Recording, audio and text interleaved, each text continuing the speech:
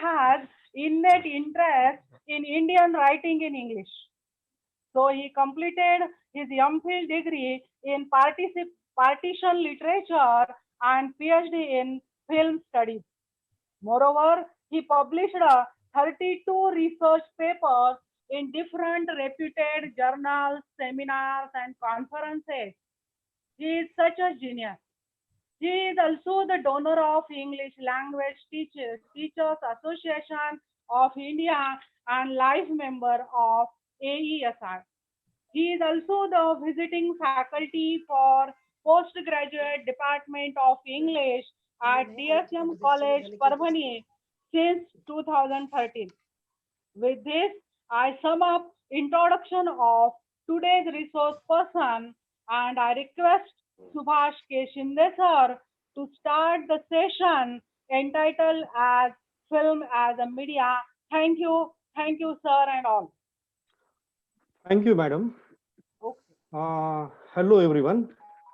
At first, I would like to express my sincere thanks to Honorable Jay Prakash Ji Mundra Sahib, ex-minister and President of Jai Bhavani Shikshan Prasarak Mandal Vasmat, Honorable Principal Dr. Nagnath Patil sir, IQAC Coordinator Dr. Varsha Zawar madam, Head of the Department of English Dr. Nakade madam, all the IQAC members of the college and all the participants for inviting me over here to deliver my talk on film as a media.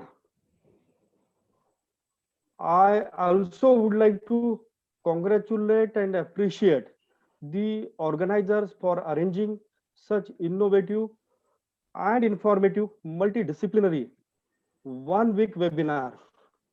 This is the 6th day of the webinar. At first, I hope all of you are safe and fine in the COVID-19 pandemic phase. Now, coming to the topic, my topic is film as a media. Actually, I have divided my deliberation into 4 parts.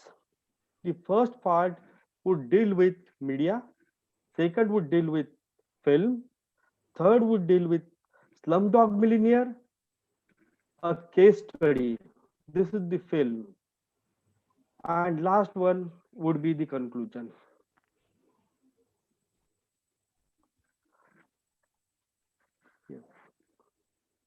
In my first part, I would like to deal with media. Media is a technology that reaches to a large number of audiences. It is also called a medium of mass communication. Media reflects society. It is related to all modes of transmission, that is print media, radio media, television media, film media, internet media, so on and so forth. This would be used to transmit the information. Broadly speaking, media can be divided into 2 categories: broadcast and print. Broadcast media refers to radio, television, movies, and internet. Living in a global village, the internet has also emerged as a major player.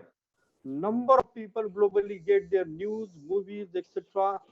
online. So we find the impact of broadcast media much more on the minds of the people of the world. Then the print media. Print media includes all types of publications, including newspapers, journals, magazines, books, and reports. It is the oldest type of media. It is still used by a major proportion of the population of the world. There is another kind of media that is popularly known as social media. Basically, this is a part of media which is used through various electronic devices like mobile phones, computers, laptops, tablets, and many others. Nowadays, the social media has become an inseparable part of the elite as well as the other classes of the society. This media is reflected through WhatsApp, Facebook, Twitter, Instagram, Messenger, Photo Bucket, YouTube, SMS, and others. In short, media describes the various ways through which we can communicate in our society. This media has become the inseparable part of our human culture. Then, secondly, I would like to deal with the film media.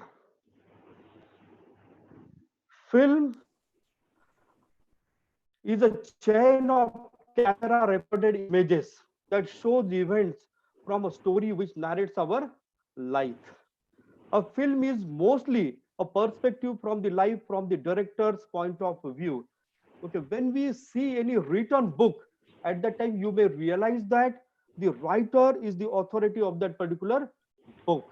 In the similar manner, as far as the film is concerned, director is the supreme authority of that particular film, or he may be considered as the captain of that particular film. His decision would be the last decision as far as the film is concerned. The director of the film projects life as expected with the help of technology and tries to make film a parallel with the real life. Okay, just we say that literature is the mirror of the society. In the similar manner, film is also the mirror of the society. Here, I would like to convey this particular message to all my friends. Film, okay, over here, film is also treated as a text. So, film should be explained, illustrated, just like we illustrate a textbook or any book. That may be a novel, that may be a drama, that may be autobiography, biography, short story, so on and so forth. So here I treat film as a text, I treat film as a book. Moreover, the film is a permanent form of art in the real sense of the term. For example, the live acting of the veteran film artist Raj Kapoor in his film Mera Naam Joker 1970 can still be viewed, though Mr. Kapoor has left this world in 1988. You might remember the song from the film जीना यहाँ मरना यहाँ इसके सिवा जाना कहाँ. Okay, this song has become the immortal song in the history of the world songs. This is the permanent record that cannot be deleted by anybody. Okay, even after the death of that particular character, that would remain lively as it is, that was, as that was. Here I would like to cite the example of Amjad Khan. We know him as Gabbar Singh from the film Sholay. You might remember some of the dialogues from that film. Kalia, kitne aadmi the? So on and so forth. So then he says that namak khaya hai to goli bhi kha le. Okay, in the similar manner, Amrish Puri uh, in in the film Mr. India, his role is of Mocambo. He said that Mocambo khush hua. Okay, okay. After his death also, okay, these characters are permanent. They have become permanent in the minds of the people through this multimedia, through the films. Okay, in the similar manner, we find Shammi Kapoor in the film Jungli, in the film song Jungli, My Jungli Hu. Okay, that song is the immortal song. Okay, in similar manner, we find Dada Kodke in the film Songadia and in other films. Okay, we still see uh, films of Dada Kodke. We appreciate his films. We talk, we read, we write about his films and so on. Okay,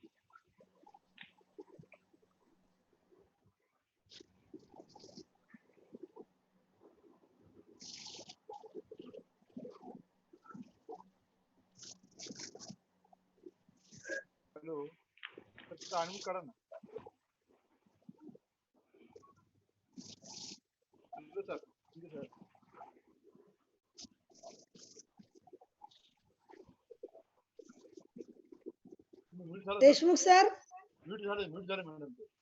हा त्यांनी स्वतःला mute केलं का? Shinde sir तुमचा आवाज येत नाहीये. Yes, madam. Yes, madam. Okay, here I was saying that a film is a chain of camera recorded images that shows events from a story which narrates our life, and that is the permanent record. That is the permanent record.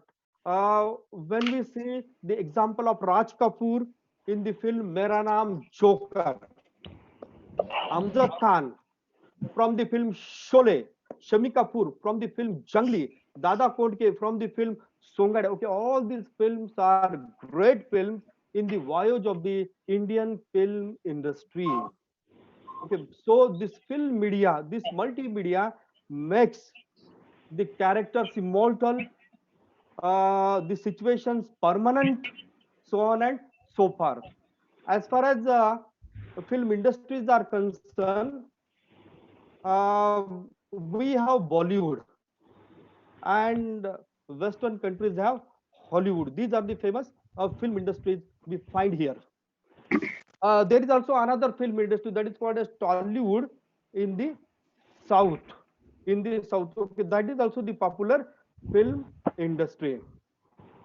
Okay, we may say that American film industry is popularly known as the Hollywood, while Indian film industry is known as Bollywood. Further, we may divide uh, the films into two major categories. One is known as the art film, and second one is known as the commercial film. In art films, a director communicates a moral message or the social message to the audience. Over the revenue or profit is less important. The message is important. Message is very much important over there. The examples of art films are Mandi. Okay, this is the popular film directed by Sham Benegal. Over there, Sham Benegal portrays clearly the ups and downs in the lives of the Indian dancers. The film portrays how the dancers become the commodities, that is the cheese of the market. Market means here mandi. It is an art film. It conveys us the message how the dancers live their life pathetically.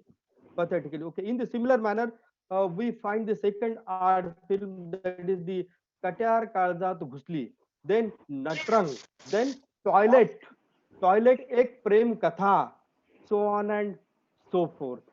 Uh, Art films play an important role in the lives of human beings. In the similar manner, there is the second type of film, that is the commercial film. The commercial film is made popular by hook or crook as to gain profit, as to acquire much more profit from the people. Okay, that's why they would do anything as to make that film popular, so on and so forth. Okay, for example, here I would like to cite the example of Laila Majnu. Laila Majnu, okay, film is based on the story from the Arab countries. Actually, the name of the hero is Kayas, but as to make that particular film popular, the director has named that hero as Majnu. Majnu means a mad person who is mad in the love of Layla. Layla, she is the heroine of the play, and we find that because of these certain changes, this film has become the super duper hit film. There are also other examples of commercial films, just like Jo Jita Basti Sikandar, Hum Aapke Hai Kaun, Lage Raho Munna Bhai, Bahubali, Sairat, and so on. These are known as the popular commercial films. Here, I would like to say that film may be based on a novel, drama, history, or any other work of art. Just like Umrao Jan, just like Devdas, Godan, Bangarwadi, um, Gandhi, Romeo and Juliet, Laila Majnu, Nat Samrat, Titanic, Legend of Bhagat Singh, Tanaji, so on and so forth. Or they may be the films may be the separate creations, but this is the fine art that communicates the people in a in an effective manner. Okay, that's why people would like to see Really? the film. Sure. Okay, then And so here I would like to tell you the divisions of the films. Films may be divided into following types, such as social films.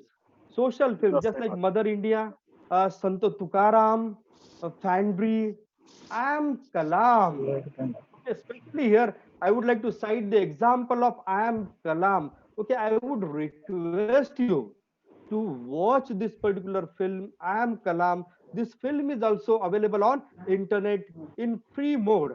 And I would like to request you to also suggest your students as well as to your children that to watch this particular movie, I Am Kalam. Okay, this particular movie uses this social message that how a poor boy can become a great person. Okay, here a boy who works in a dhaba, in a small hotel, and when he see Dr. APJ Abdul Kalam on the screen as the president of India, and all the people salute him. Okay, over there, that particular boy thought that he would become just like Dr. APJ Abdul Kalam. And while working, he learns, he goes to the school and would like to walk on the ways Dr. APJ Abdul Kalam walked. So this is the suggestive film. This is the fine film that I have observed in my life. Then there are the films based on national heroes, just like Bose, the forgotten hero, Baba Saheb Ambedkar, Gandhi, Veer, Savarkar, Mahatma Phule, so on and so forth. Okay, these films as well are inspiring films to the people, moreover to the students as well. Then the third type of films is educational films. Okay, over here we find the example of Three Idiots, Nishani Dawa Angtha, शिक्षणाच्या आईचा घो, so on and so forth. Okay, Three Idiots is the supreme creation of Rajkumar Hirani. Okay, over there we find uh, that this particular film has conveyed us the message that the students should not go for the idea of rectification. They should go genuinely. They should behave in a natural way. They should they should learn as well as deliver their examinations in a natural way. Okay, by that way they would become successful in their lives. Then the science-based film, just like Mission Mangal, Parmanu, the story of Pokhran, so on and so forth. Okay, these films are also very essential one for our life. Then the sport film, Chak De India, Dangal, Sachin, A Billion Dreams, Gold, Fricky Ali, so on and so forth. Okay, when we see Chak De India and when we see the role of Shah Rukh Khan over there as the coach, uh, over there we find that what we have to do in our life, how we have to tackle each and every situation in our life, just like a player, just like a great person tackles in the way of life. Okay, these are the inspiring films all the people should have to read, watch, and would have to talk about all these films. Okay, besides these types of films, there are also action films, there are comedies, there are tragedies, there are romantic films, there are adventure films, there are horror films, there are musical films as well. Here, I would like to suggest that everybody should have to watch the movies in a balanced condition. In a balanced condition. Okay, here I would like to cite the example of children. Uh, would see these serials just like Shaktiman and so on, or just like the films Krish and so on. Okay, they would like to imitate these characters. Okay, actually what is happening on the screen that may not be possible in our real life. uh, okay, Francis Bacon rightly says that love is for the screen. Okay, much more action is for the screen. Okay, that is not possible in real life. Here I would also like to say that there are the four basic needs of human being. One is food, without which the human being cannot live. Second one is clothes. Uh, third one is shelter, and the fourth one is the entertainment. Okay, nowadays without the means of entertainment we cannot live. Okay, in past there were three basic needs of human beings: food, shelter, and clothes. But nowadays, along with these three, we have to give preference to the entertainment. That's why in our curriculum, in our lifestyle, while teaching and learning, we have to accommodate this media into uh, into our curriculum. Here my basic aim is to explore the intensive need of using feature film as an audiovisual aid for enhancing spontaneous comprehension skills amongst the students. Here I would like to say that this is the age of multimedia. So in this age, we must accustomed to multimedia and use particular multimedia in an effective manner. Here, my attempt is at conveying a drop of a vast ocean, a drop from a vast ocean, analyzing it in such a way as to come to the conclusion of about the salinity of the water of that ocean. Then, in my third part, here I would say that modern educational process is actually a student-centered process in which the role of the teacher is just like an organizer or the facilitator. Here, a teacher must be a master of the soft skills. In this concern, I would like to quote a popular Urdu maxim: एक नूर आदमी दस नूर जबान. It means the impression of the human personality is 1%, while the language representation of the person 10%.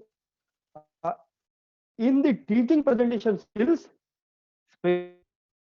using 20% while delivering a system which is fully dedicated of development of the students. The modern teaching skills include group discussions, interview techniques, art of elocution, so on and so forth. Here, anyone cannot deny the importance of modern audiovisual aids in the traditional system. Means here we have to use this media effectively as to communicate our thoughts. It is because the pictures can certainly give clear perception, and the comprehension becomes a permanent record on the mind of the students. The contemporary costumes, erections, social, socio-political atmosphere, etc., depicted in the films has capacity to enhance the comprehension skills among the students in a very little span of time. That's why many universities around the globe have put literary classics in their syllabi of UG and PG level. To name a few are Sense and Sensibility. This is the popular novel written by Jane Austen. The film is also of the same name. Then Umrao Jan Ada. This is the Urdu novel written by Mirza Hadi Ruswa. There is the popular film on this novel, that is Umrao Jan. In the similar manner, Devdas. In the similar manner, Pather Panchali, Gone with the Wind, Godan. This is the famous novel by Munshi Premchand. The same is the name of the film on that book. Then Bandarwadi, the Train to Pakistan, Samskara, The Godfather, so on and so forth. Here we find that the literature, the history, or the various incidences from our society have become the part and parcel of the film industry. We have to capture this particular crux, this particular thing. Here we believe that teacher must use the available film media for making his teaching presentation skills more effective. The present talk has considered the film adaptation of Vikas Swarup's novel Q&A to Danny Boyle's film Slumdog Millionaire in this concern. Okay, here third part, I have considered a case study of the film Slumdog Millionaire as to prove my point. This slide shows the comparative study of the novel Q&A and the film Slumdog Millionaire. The novel was written in 2005 by the Indian diplomat Vikas Swarup. On that book, there is the film Slumdog Millionaire that was released in 2008 by the famous film director Danny Boyle, and that was the excellent film adaptation. That film has won 8 Oscar awards for India. Basically, the novel and the film depict the power of providence. Here, I would also like to tell you about the novel and the film. The novel as well as the film is set on the theme of a poor boy becoming a millionaire by way of answering questions in a quiz show. When only one of questions left to win the grand prize for the protagonist, the quiz show owner thought that he has been cheated. Immediately, the hero is arrested by the police. They find it impossible for an orphan to answer the highly difficult questions. The whole story is about him proving his innocence. He recollects through flashbacks the incidents in his previous life and not the merit provided him with correct answers of the questions. In fact, the novel as well as the film depict the power of providence. Providence means the God gift. The God gift. Okay, I thought that majority of the participants who are listening to me might have seen this particular film. Okay, that's why I have selected this particular film as well as the novel on which this particular film is based on. At first, the novel was written as Q&A. This was the title of the novel in 2005, but after this blockbuster film, the novel Swarup had changed the name of the novel as the Slumdog Millionaire. As Slumdog Millionaire. Now, the name of the novel is also Slumdog Millionaire. The film is produced by Christian Colson. Actually, the screenplay of the film is written by Simon Bifoy. Moreover, here my major concern is that how we can tackle the novel and the film with the students. Here we have to consider a few scenes, sides, musical additions, plots, characters for pragmatic analysis. Okay, by which we may communicate the students effectively that how we can read the novel, grasp the novel by using this effective multimedia, that is the film. As far as the novel is concerned, novel is the part and parcel of arts, that is humanities. As I have conveyed you that, then film is the part and parcel of uh, fine art. Okay, when the novel transforms into the film, means when the art transforms into the fine arts, okay, certain changes are inevitable over there. So while sharing with the novel and the film, we have to communicate our students the deviations that would take place or that has taken place over there.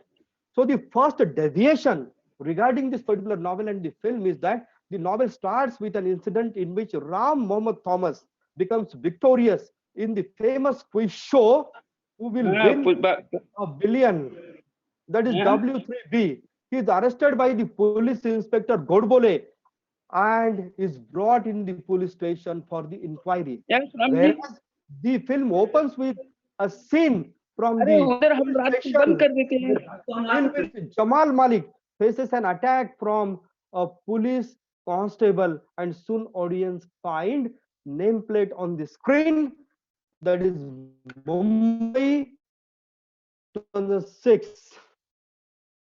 The novelist has assigned Ram Mohammed Thomas the role as the hero after considering the three major religions in India in the novel.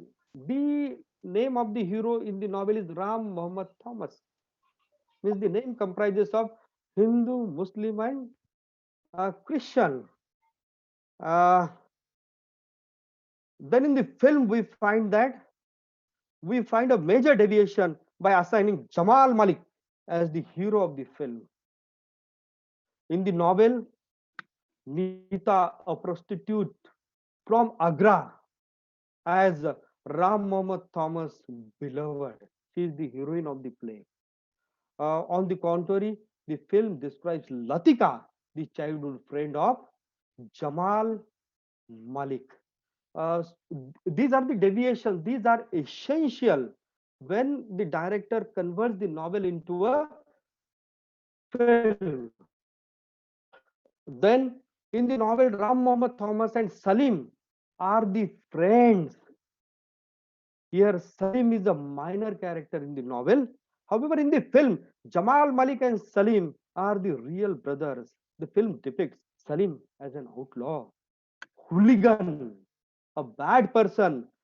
Besides, he is a major character in the film. Means Salim was the minor character in the novel who has become the major character in the film.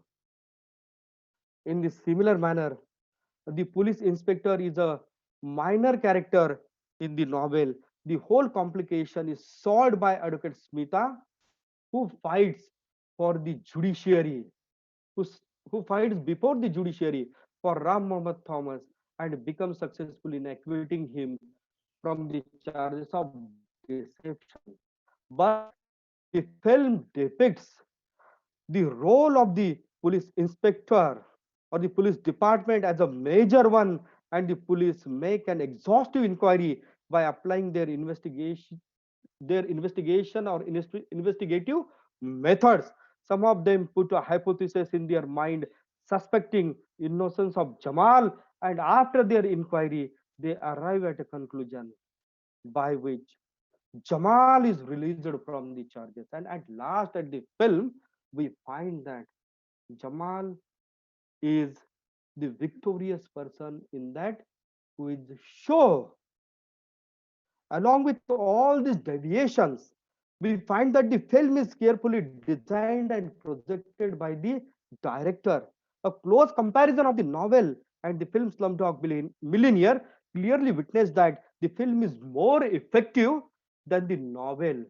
The film is more effective than the novel. Okay, that's why along with our curriculum text, we have to use films based on those texts as to convey the right and appropriate message to our students, to our society.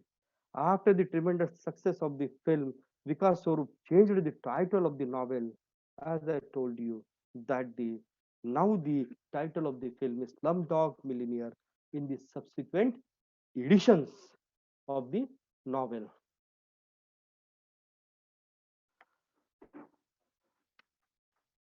Okay, this novel as well as the film is a realistic one. This should be noted by the audience or we, the spectators. There is a sound base of realism in the film.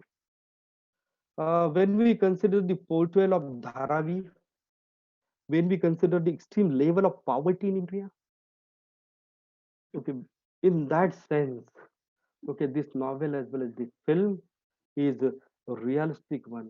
Okay, that's why the people appreciated the film. That's why the film has won 8 Oscar awards. This is the first film, this is the first Indian based film which has won 8 Oscar awards. It raised, okay, moreover, this particular film has raised optimism in the minds of the poor boy. Uh, Jamal Malik or Ram Mohammed Thomas was the poor boy after getting involved into that quiz show. This boy has become a millionaire. Okay, this is the realistic picture. Okay, this is the realistic picture because in the real life situations also we find that in 2011, okay, on 2nd November 2011, in the Sony TV's Pratyogita, Kaun Banega Karodpati, okay, over there we find that Sushil Kumar from the East Champaran district of Bihar has won 5 crores of rupees.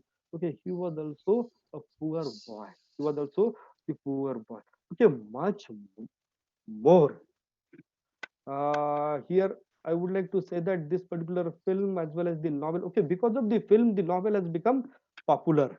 That should be noticed. Here, one more thing I would like to convey you that uh, this film as well as the novel has captured the essence or the uh, thinking of the people from India. Actually, we live in 2.3% of land of the world, and actually we have 20% of the population of the world in India. There is extreme level of poverty in India. Okay, that's why the poor boys or the people thought that in a wish or in a hope, okay, one day they would uh, get the lamp of Aladdin, or they would collect the money just like Ali Baba, okay, from the serial Ali Baba and Charlie Chor. Uh, okay, in the similar manner, okay, one day they would get much more money, and in that hope, okay, they are living in India. Okay, that's why people find that this particular film is the dream project of their mind. I thought that this may be the reason this film would have become successful. And I am in my last part. Uh, Here, I would like to conclude my presentation by saying that here I had considered one film based on the novel, that is the Slumdog Millionaire. The novel as well as the film have become highly successful in terms of fame, sell, as well as fascinating projection. So, this particular novel that was written in or that is written in English and the film may be considered as the audio visual aid for the students of literature. For the students of literature, especially that would uh, deep that would create this sensibility in the minds of the students. Here I would also like to say that films work for the students as a lighthouse for the study of the language and enrich themselves. Here, uh, I would also like to say that we have to watch the movies in a balanced manner. We don't lose our balance while watching the movies. We must not be frustrated or we must not be enjoyed that much. Okay, this is my experience. Then here, students are also expected to watch the feature film in the academic interest while it is presented as an audiovisual aid for comprehension of the university syllabi. Some of them must be able to present such skills at the time of annual social gathering of their respective colleges. Moreover, the teacher must see the available media facility for making his teaching presentation skills more effective. In short, the media tools like web, blog, Twitter, internet, mobile apps, Google Classrooms, films, social media, films, multimedia must provide educational facility along with the entertainment since they are closely related to our everyday life. This is the most effective medium in education, and especially during the COVID-19 lockdown phase, everybody everybody is aware of media, its importance and its effectiveness uh, as well. Here, uh, I would be impartial while saying that this may be the effective medium. Okay, it has many advantages, uh, but at the same time, it may have disadvantages as well. Okay, manner in which we teach in our classrooms. Okay, in that particular manner, we cannot teach or we cannot communicate our ideas through Zoom software, through Google Classrooms, through multimedia, and so on. But here I'm sure that there are much more advantages and less number of disadvantages. These are the references I have used for my topic. And finally, uh, I would like to show that I would like to say that the show must go on means we should have to use this multimedia uh, again and again.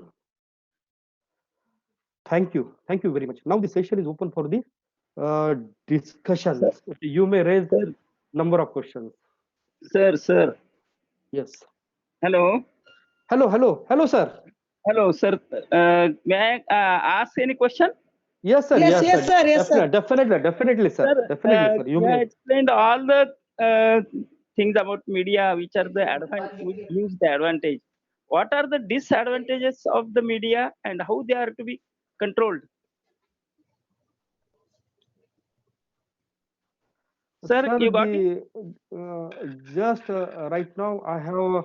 Yes, sir. Yes, sir. Yes, sir. Yes, sir. I got your question. I Yeah, got your question, sir. yeah, yeah. I thought that the feel, the feel we experience in the classroom or Yeah. in the seminar hall in Hmm, front of the audience. hmm, hmm, Okay, hmm, okay, that particular feel cannot be experienced through the multimedia, through hmm, the multimedia. Okay, this may be the advantage. This may be the sorry disadvantage of this multimedia. Okay, for this sake, we have to enhance our technology hmm, means our technology must be developed in such a manner that just like 3D technology means hmm, while speaking I must feel that hmm, I'm in your room, I'm talking to you, I must yeah. feel your mind, I must communicate in a better way towards you and vice versa. Uh, Yes, Hello. sir. second question. Sir, Are you, this sir, is are you satisfied? sir, these are right about teaching and learning. But in Yes, many sir. other fields, just like in banking, you see that many times lakhs of rupees are transferred from one account to other's account through the media, through these social medias. Yes, So sir. Yes. can we stop all these things? Yes, sir. We can track all those things, sir. And nowadays we find that the technology has also developed much more. And nowadays the criminals are captured by the police as well. Okay, there may be our mistakes. Uh, Sir, that uh, sir, sir, after happening, police trace it, police charges it, but it should not happen. So, what sir, are the definitely. criteria? Sir, okay, that should not happen. That should not be done by anybody. Okay, sir, that is okay. But nowadays all those things are happening. Means, okay, we may have certain advantages. At the same time, we may have certain disadvantages of that thing as well, sir. Okay, Shinde sir, yes, sir. Shinde sir, I will support you with for this question. Yes, As sir. far Yes. as my knowledge, whenever we are doing online transaction, we must be the careful for what Yes, yes, transaction we are doing and with whom. It yes, must sir. be. I am just supporting Shinde sir for the asking of the question by our honorable president regarding this media transaction through media and the malpractices happen nowadays, and many times we are cheated. Many times, many people are cheated by fraudulent people. In that case, we Right, must right. be careful that we should not supposed to give our ID password to somebody else, neither any Yes, details of our credit card, debit card, or our ATM card. Many times fraudulent phone calls were there, and they are asking randomly for us many things, and we many doesn't things. know many Yes, things right now too. What, whether we should give our OTP to others, whether we should give our number, any ATM card, some numbers regarding that, because very casual we are going to bank asking for online transactions and we are using that. So literate people also are getting a problem over there. So the question was related in that context, Shinde sir. So whether yes, this media is really helpful for all such things, I think as far as my knowledge is there. Is it correct, Mundala sir? Yes, it's correct for the literate persons, those who are knowing all the system. But the layman Yes. cannot know the system, and in that cases, through this media, the fraudulent peoples make some cheating. So For that, can it be it is the corrected by? challenge. It is the challenge in front of us actually. Yeah, Layman, illiterate people, many times they doesn't know how to operate. Actually, yeah. so many actually channel and line is there through bank and via many systems. They are giving updates to us. There is written document in the bank, but layman doesn't know to follow this, how to follow it, and that's why it happens. Not only layman, literate people also are getting Yes, many yes. times attacked by such fraudulent people. sir. Moreover, I would like to say that those who are the criminals, okay, they are the experts. Yes. When we consider the example of Osama bin Laden, okay, he was the expert engineer. Okay, that's why he could able to commit such type of crimes. So they are also the experts.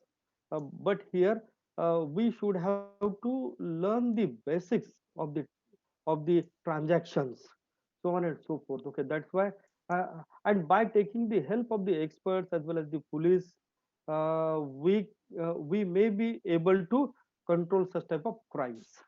This is my perspective. Okay, sir. Okay. Thank you. Yes, sir. Thank you, Anybody sir. else? Anybody else wants to interact with him among the participants? If anybody is having, Madam Nakade, you can ask your people also. If somebody is from the English department wants any queries or other also, it is open discussion.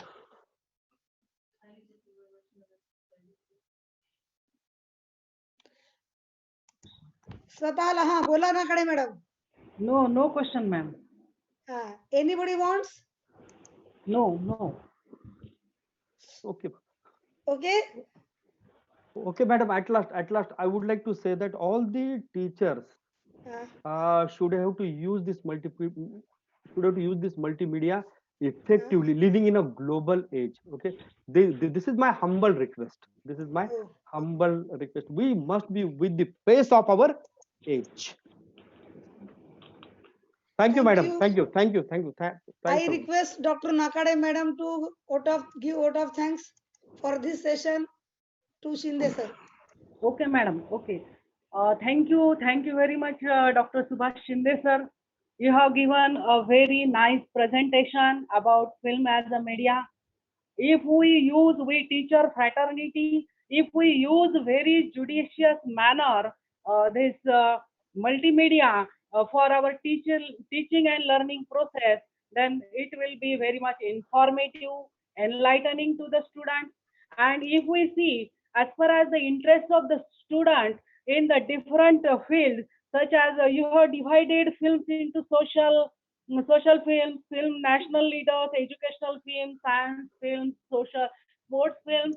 As far as the students' interest is concerned, if we show such films to the students, no doubt they can do their very good career in future. It is a very good impact on their life and personality. Sir, I want to share with you in the and all the participants in the period of the lockdown. I have also observed many films regarding that is Article 15, Lal Bahadur Shastri, some web series like Gulla, Thappad, this feminine movie, Shashank's Redemption. That is a very classic movie.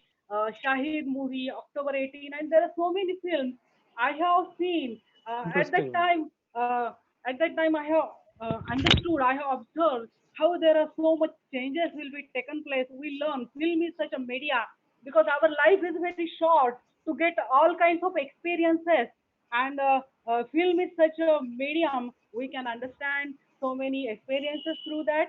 And if we use a very judicious manner, you have very well explained all these things to us, sir, and it is no doubt very much informative, knowledgeable. Your lecture is thank you very much for sharing to us. Thank you very much. Thank you, madam. It gives me an immense pleasure to express my sincere thanks towards Dr. Subhash Shinde sir, being an IQAC coordinator on behalf of Jai Bhavani Shikshan Prasarak Mandal operated Shri Yoganand Swami Arts College and IQAC. I owe my special thanks to you, Shinde sir. Thank you very much. Be with us continuously. We are starting our next session. I would like to ask Mr. Sanjay Gaikwad, Dr. Sanjay Gaikwad, to give the introduction of the next session's resource person, Dr. Prabhakarji Jadhav sir. I request Sanjay Jadhav sir to introduce him. मी संजय जाधव सरांना विनंती करते, sorry Gaikwad सरांना, की त्यांनी प्रभाकर जाधव सरांचं करावं परिचय. आवाज येतोय माझा? होय सर आवाज येतोय सर, बोला बोला. सर्वांना नमस्कार. आजच्या या वेबिनारच्या 6व्या दिवशी दुसऱ्या सत्रामध्ये मी सर्व सहभागी प्राध्यापक बंधू भगिनींचे स्वागत करतो. तसेच आमचे संस्थाचालक आदरणीय जयप्रकाश मुंदडा साहेब या कार्यक्रमामध्ये सहभागी झाले, त्यांचेही मी मनपूर्वक स्वागत करतो. आदरणीय प्राचार्य डॉक्टर नागनाथ पाटील सर हेही या सत्रात सहभागी झाले आहेत, त्यांचे पण मी स्वागत करतो. आणि आजचे जे रिसोर्स पर्सन आहेत या सत्राचे माझे मित्र प्राध्यापक डॉक्टर प्रभाकर जाधव, लाल बहादूर शास्त्री महाविद्यालय धर्माबाद जिल्हा नांदेड इथे ते कार्यरत आहेत. त्यांचा अभ्यासाचा विषय इंडियन गव्हर्नमेंट अँड पॉलिटिक्स हा असून त्यांनी त्यांचं संशोधन कार्य मराठवाड्याच्या विकासात राजकीय नेतृत्व आणि जन आंदोलनाची भूमिका एक चिकित्सक अभ्यास या विषयावर पूर्ण केलेले आहेत. जाधव सर स्थानिक नियामक मंडळाचे सदस्य आहेत, तसेच IQAC चे सदस्य आहेत. त्याचबरोबर दूरस्थ शिक्षण SRTM नांदेडचे ते कोऑर्डिनेटर आहेत.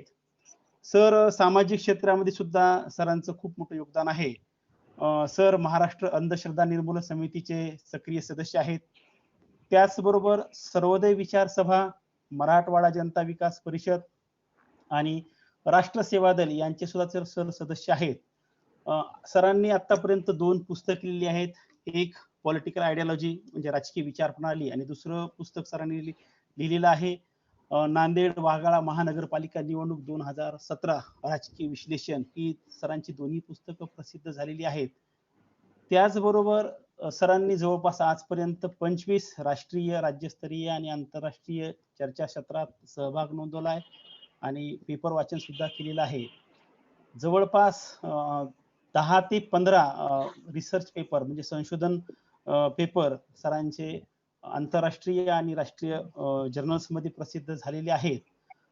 तसेच सर वर्तमानपत्रात सुद्धा लिखाण करतात. आजपर्यंत सरांचे जवळपास 30 ते 35 लेख प्रजावाणी लोकमत या वर्तमानपत्रामध्ये प्रसिद्ध झालेले आहेत.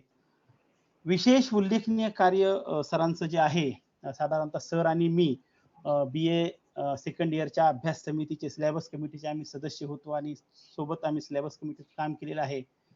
त्याचबरोबर सर 2017 मध्ये राष्ट्रकुल संसदीय मंडळातर्फे आयोजित केलेल्या पदव्युत्तर पदवी घेणाऱ्या विद्यार्थ्यांना विधिमंडळ अधिवेशनाचं अभ्यास व्हावा किंवा समालोचन ऐकायला मिळावं, विधिमंडळाचं नेमकं कामकाज कसं चालतंय हे विद्यार्थ्यांना जवळून बघता यावं, यासाठी सर स्वामी रामानंद तीर्थ मराठवाडा विद्यापीठ नांदेड यांचे संघ प्रमुख म्हणून त्यांनी 2017 मध्ये कार्य केलेलं आहे.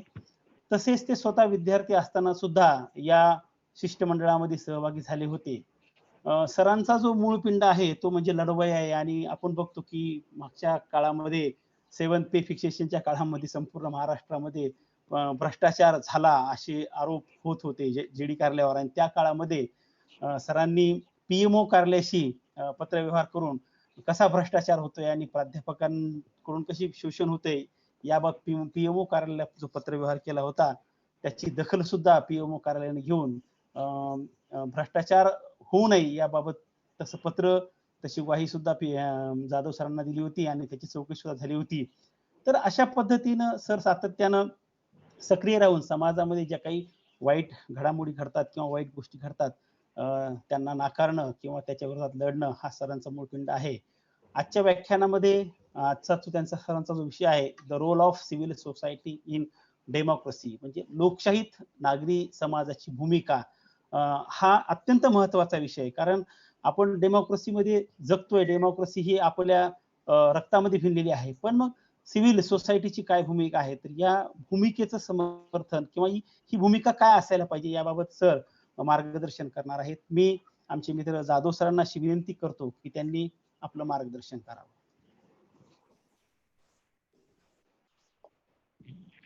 Hello Jadhav sir. Hello hello हा सुरू करा सर. आवाज येतोय का? Yes yes yes sir yes. सर्वांना नमस्कार. श्री योगानंद स्वामी आर्ट्स कॉलेज वसमत जिल्हा हिंगोली यांच्या वतीने आयोजित करण्यात आलेल्या आंतरविद्याशाखीय 7 दिवसीय वेबिनार मध्ये आपणा सर्वांचं मी स्वागत करतोय. या वेबिनारच्या रूपाने आपल्या महाविद्यालयाचं योगदान सर्वांपर्यंत पोहोचण्यासाठी जे अविरत प्रयत्न केलेत या महाविद्यालयाचे अध्यक्ष, माजी मंत्री, माजी आमदार जयप्रकाशजी दांडेगाव, जयप्रकाशजी मुंदडा साहेब, तसेच या महाविद्यालयाचे ऍक्टिव्ह प्राचार्य साहित्यिक डॉक्टर नागनाथ पाटील सर आणि अगदी गेल्या 6 दिवसापासून तळमळीने सर्वांना फोन करून सर्वांना वेळेवर आपल्या या वेबिनारला अटेंड करण्याची विनंती करणाऱ्या या IQAC समितीच्या प्रमुख डॉक्टर वर्षा मॅडम आणि माझे मित्र स्नेही राज्यशास्त्र विभाग प्रमुख संजय गायकवाड सर आणि आपण सर्वजण आणि या सर्वांना अलीकडे आपल्या सर्वांना माहिती आहे की जग एका अत्यंत अशा मोठ्या महामारीतून पुढे जात आहे आणि ही महामारी एवढी व्यापक भिनलेली आहे की आता प्रत्येकांना घरात बसणं हे साहजिक आणि अगत्याचे झाले आहे. पण अशाही अवस्थेमध्ये सर्वत्र सर्व व्यवस्था बंद असताना केवळ मानवाच्या गरजा पुरतील अशाच काही प्रमुख गरजा चालू राहतील अशीच धोरणं जगातल्या सरकारांनी घेतलेली आहे. आणि अशा अवस्थेमध्ये केवळ एक काम आम्हाला करायचं आहे, कारण आम्ही ज्या शिक्षण क्षेत्र असं पवित्र समजणाऱ्या क्षेत्राचं प्रतिनिधित्व करतो आणि या क्षेत्रातून प्रत्येक अवस्थेमध्ये विचारांचं आणि ज्ञानांचं देवाणघेवाण झालं पाहिजे.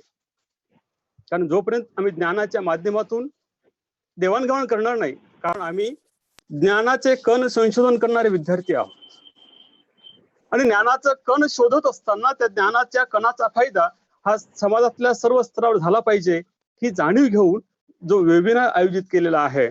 आणि हा वेबिनार आज सर्व बंद असताना टाळेबंदीच्या काळामध्ये सर्वांपर्यंत पोहोचता येण्यासाठी जी काही माहिती जाळ्याच्या माध्यमातून जी काही तंत्रज्ञानाची साधने उपलब्ध झालेली आहेत, अशा सर्व तंत्रज्ञानाच्या साधनाच्या संवाहक वाहकांचा वापर करून आपल्या सर्वांना आपापल्या घरात असून सुद्धा आपण एकमेकांना भेटतो, बघतो आणि एकमेकांशी बोलतो ही सुविधा निर्माण करून देणारे आपले तंत्रस्नेही हे आमचे मित्र राहुल देशमुख सर आणि आपण सर्वजण या वेबिनारला उपस्थित असलेले सहभागी माझे सर्व सन्माननीय मित्र. तसं पाहता मी कुठला मोठा अभ्यासक नाही, सरांनी जसं काही माझी ओळख करून दिली असे कुठलीही वैशिष्ट्ये माझ्यात नाहीये. मी अत्यंत एक सामान्य माणूस आहे आणि सामान्य माणूस म्हणून जगत असताना या व्यवस्थेमध्ये माझी काहीतरी कर्तव्य आहेत का हा प्रश्न जेव्हा मला पडतो तेव्हा मला खऱ्या अर्थाने लोकशाहीचा विचार आठवतो. आणि माझ्यासाठी जो काही आज आपल्याशी संवाद साधण्यासाठी जो काही विषय दिलेला आहे तो विषय आहे लोकशाहीत नागरी समाजाची काय भूमिका आहे. आपल्या सर्वांनाच माहिती आहे आज आमच्या रक्तामध्ये लोकशाही आहे, आमच्या जगण्यामध्ये लोकशाही आहे, आमच्या विचारामध्ये लोकशाही आहे, पण ती लोकशाही आहे का हा सर्वात महत्वाचा प्रश्न आहे. कारण या लोकशाहीचा विचार करत असताना आम्हाला काही मुळांशी जाणं गरजेचं आहे. कारण लोकशाही आणि नागरी समाज या जरी अलीकडे त्या एकाच विचारांच्या दोन बाजू असं वाटत असलं तरीही या विचारांच्या पाठीमागे खूप काही दडलेलं आहे. हे दडलेलं काय आहे आपल्या सर्वांना माहिती आहे की जगामध्ये सर्वात लोकप्रिय शब्द म्हणून आज अलीकडे लोकशाही हा शब्द अधिक लोकप्रिय होतो आहे. तो सर्वांचा लाडका शब्द झालेला आहे आणि या लाडक्या शब्दाचा जेव्हा आम्ही आज प्रामुख्याने वापर करतो तेव्हा या शब्दाची जी काही जन्मभूमी आहे, या जन्माची जी मुळं आहेत ती उदारमतवादी विचारसरणीच्या या युगामध्ये दडलेली आहे. मुळात उदारमतवाद म्हणजे काय? कारण जगामध्ये माणूस हा असा एक बुद्धिमान पशु आहे की तोच समाजामध्ये आपल्या विवेक आणि विचाराने या समाजातल्या समस्या जाणून घेऊ शकतो, समस्या सोडवू शकतो आणि त्यावर आपलं भाष्य करू शकतो. मग समाजामध्ये सर्व प्राण्यापेक्षा माणसाला एक चांगला पशु म्हणून जगत असताना या पशुकडे आहे तरी काय? या पशुकडे विवेक आहे, या पशुकडे बुद्धी आहे, या पशुकडे विचाराचं सामर्थ्य आहे, या पशुकडे अभिव्यक्तीचं सामर्थ्य आहे. मग या विचार, अभिव्यक्ती आणि बुद्धीचं सामर्थ्य आपल्याला जोपायचं असेल तर त्याच्या विचारांचं संरक्षण होणं गरजेचं आहे. कारण जर संरक्षण झालं नाही तर माणूस म्हणून त्याचा काही अर्थ उरणार नाही. मग ही सर्व उदारमतवादाच्या माध्यमातून व्यक्तीला स्वातंत्र्य दिलं आणि या स्वातंत्र्याचं रक्षण करण्याची आणि संवर्धन करण्याची जबाबदारी दिली. विशेष म्हणजे हा व्यक्ती त्याच्या अंगी काही सुप्त गुण असतात, या सुप्त गुणांची क्षमता ही त्याला विकसित करता आली पाहिजे. जर त्याला त्याच्या अंगी असलेल्या सुप्त गुणांची विकसित करता जर येत नसेल तर तो व्यक्ती न राहता तो अगदी पशुप्रमाणेच गणला जावा का असाही विचार पुढे येतो. पण बुद्धी म्हणून त्याच्या बुद्धिमत्तेचा वापर करता आला पाहिजे ही सर्वात प्राथमिक अवस्था ही मानवाची आहे. म्हणून निसर्गामध्ये वावरणाऱ्या या माणसाला जसं सुटा असणारा माणूस जेव्हा समूहाने वागायला लागला आणि समूहाने राहत असताना त्याला स्वतःच्या हक्काची आणि संरक्षणाची जाणीव व्हायला लागली, त्यातून मग राज्य नावाची संस्था पुढे येते. या राज्य नावाच्या संस्थेचा उदय हा आज्ञापालनातून पुढे आलेला आहे. त्या खोलात मला जायचं नाहीये. राज्य ही या पृथ्वीतली मानवाने निर्माण केलेली सर्वस्वी संस्था आहे. आपल्या सर्वांना माहित आहे आपण साहित्याचे विद्यार्थी आहोत, सामाजिक शास्त्रांचे विद्यार्थी आहोत की अन्यशास्त्राचे विद्यार्थी असोत, या सर्वांना अरिस्टॉटल हे नाव सर्व परिचित आहे.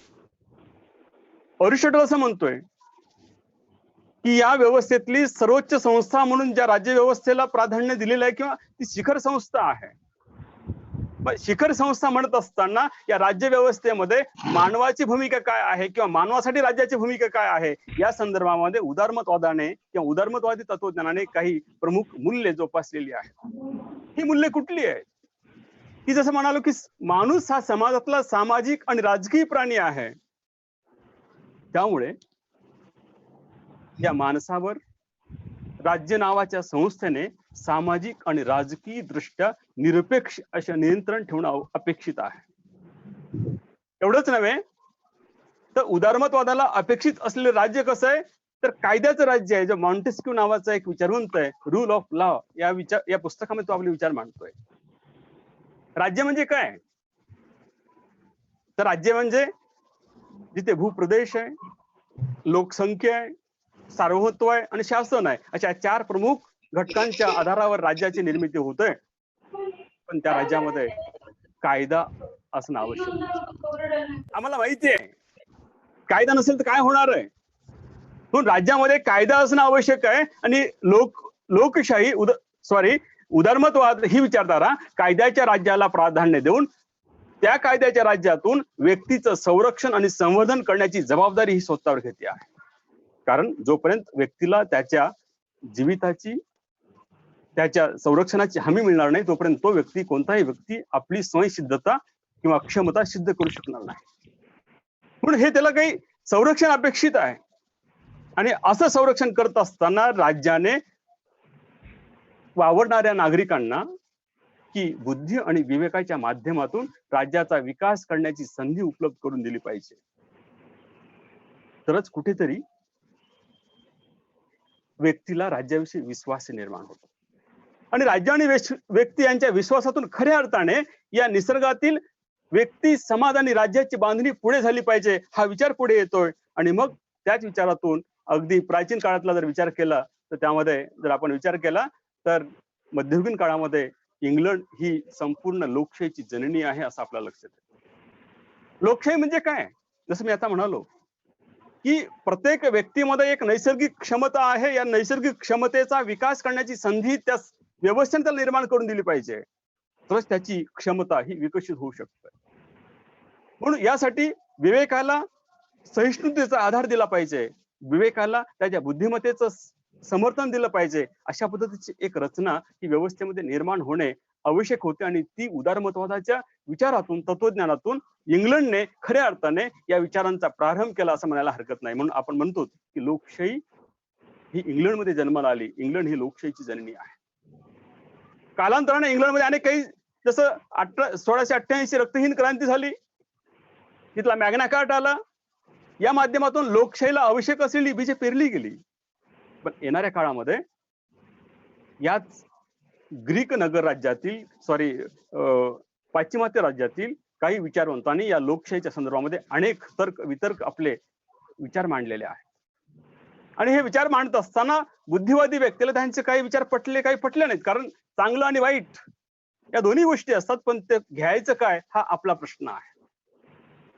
पण इंग्लंडमध्ये निर्माण झालेल्या ज्या काही लोकशाही परंपरा होत्या त्या पुढे रुजत असताना याच बुद्धिवादावर कौशल्याने आधारित काही राज्यांनी साम्राज्यवादाची भूमिका निर्माण केली आणि यातून आपलं साम्राज्य अन्य राष्ट्रावर निर्माण करण्याचा प्रयत्न केला. त्यातून मग साम्राज्यवाद आणि वसाहतवाद पुढे आलेला आहे. आपल्या सर्वांना माहिती आहे की आज जगामध्ये सर्वात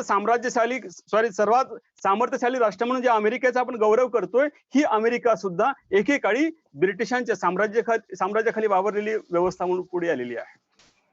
पण जेव्हा या 13 वसाहती संघटित होऊन या साम्राज्यवादाचा लढा दिला त्यावेळी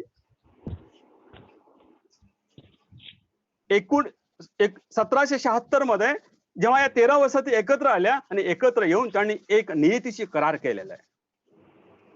हा करार कुठला आहे तर अमेरिकन स्वातंत्र्य युद्धामध्ये तिथल्या अमेरिकन राज्यक्रांतीने एक स्वातंत्र्य युद्धाची घोषणा केलेली आहे. ती घोषणा म्हणजे त्या घोषणेचं नाव आहे अमेरिकन स्वातंत्र्य युद्धाची घोषणा. ती काय सांगते जन्मता माणसं ही स्वातंत्र्य आहेत, निसर्गात त्यांना अनेक अधिकार दिलेले आहेत, जीविताचा अधिकार आहे, रक्षण करण्याचा अधिकार आहे.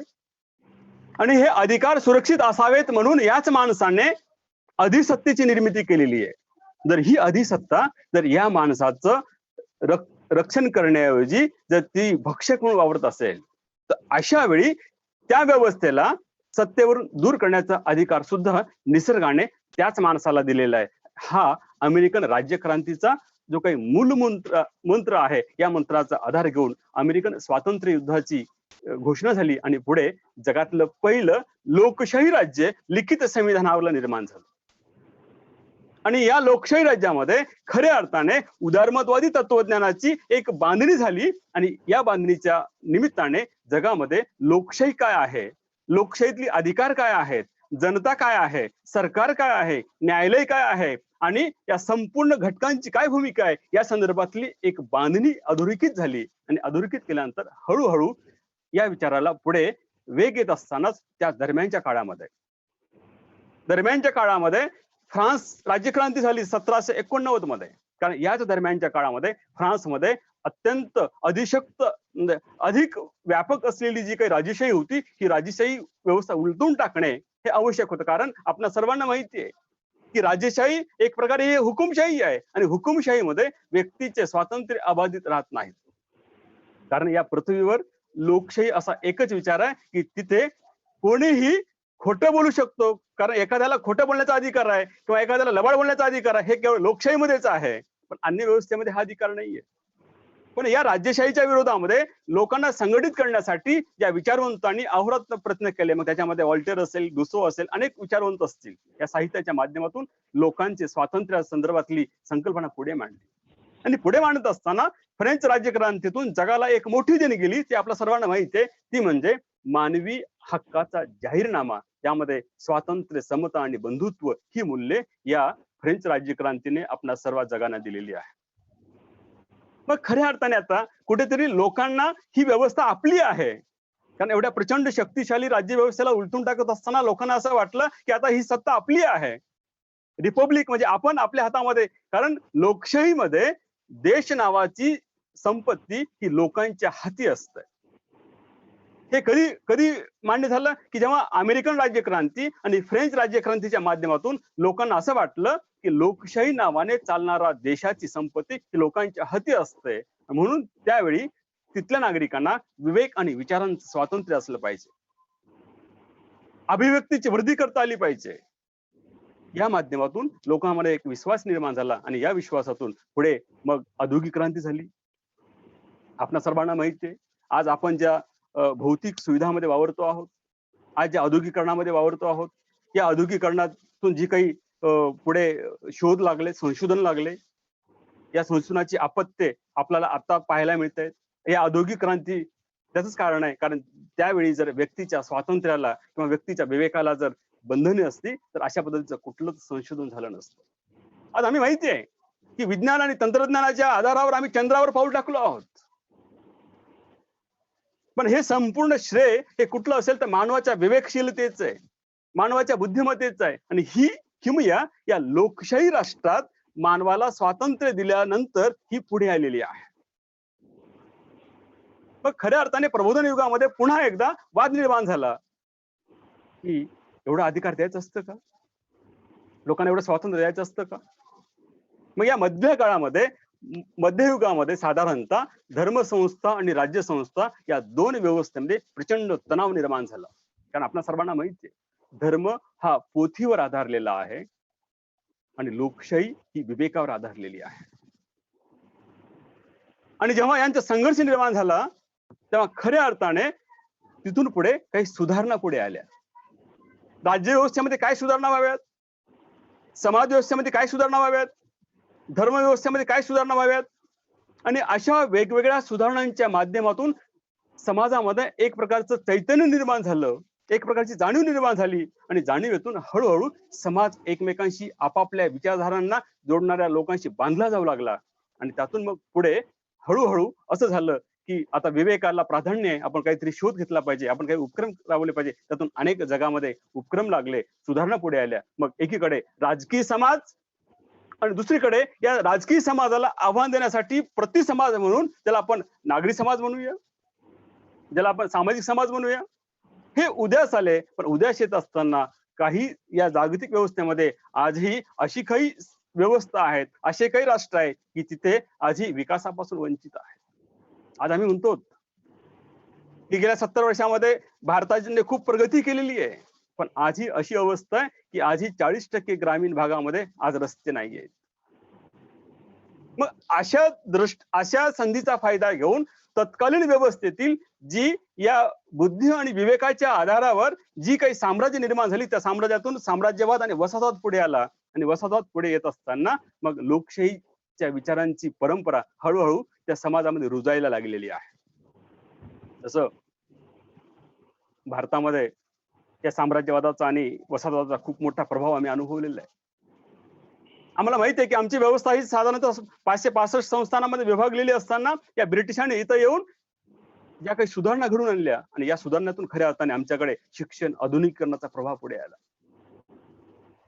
मग लोकशाही अशा माध्यमातून विकसित होत असताना, विस्तारित होत असताना याच व्यवस्थेमध्ये जगामध्ये काही पर्याय उभे टाकले, कारण लोकशाही अधिक वेगाने जाते आहे, तिला काही पर्याय उभे टाकले पाहिजे.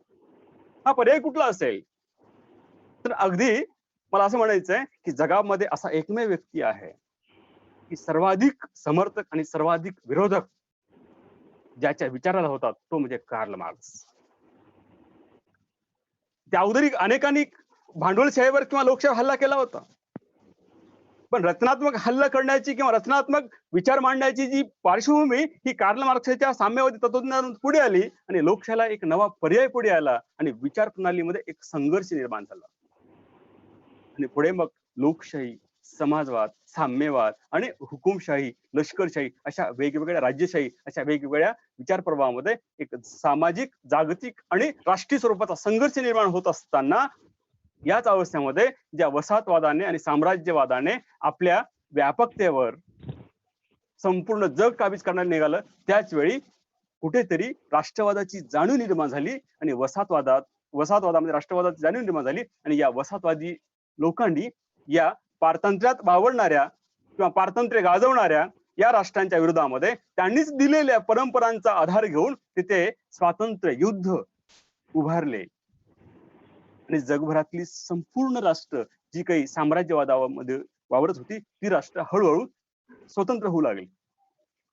याच दरम्यान जगामध्ये पहिलं आणि दुसरं महायुद्ध झालं. आपणा सर्वांना माहिती आहे की ब्रिटिश ही अशी एक राजवट होती की तिच्या साम्राज्यावर कधीच सूर्य मावळत नव्हता.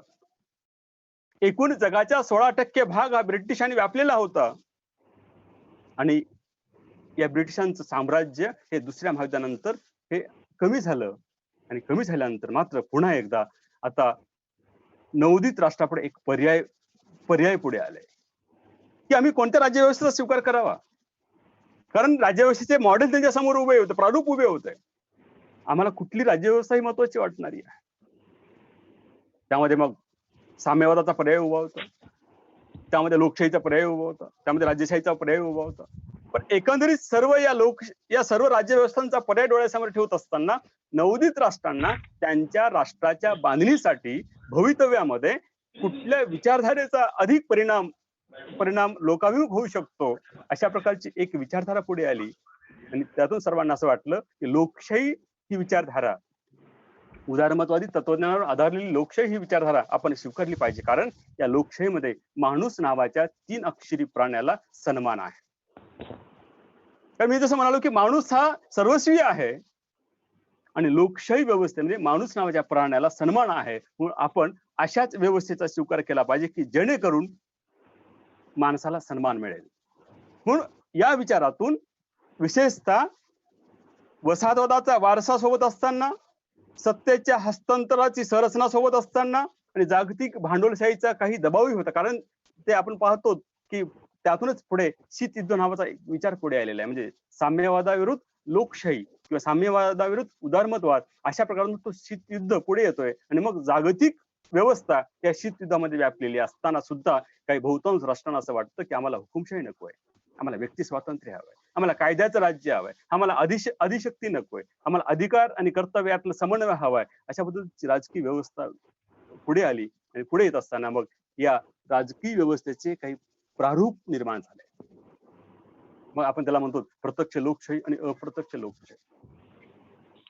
प्रत्यक्ष लोकशाही ही अत्यंत कमी लोकसंख्या असलेल्या राष्ट्रामध्ये ती राबवायला सुलभ आहे, पण भारतासारख्या अखंड भूप्रदेश आणि अफाट लोकसंख्या असलेल्या राष्ट्रामध्ये प्रत्यक्ष लोकशाही ही राबवू शकता येणार नाही,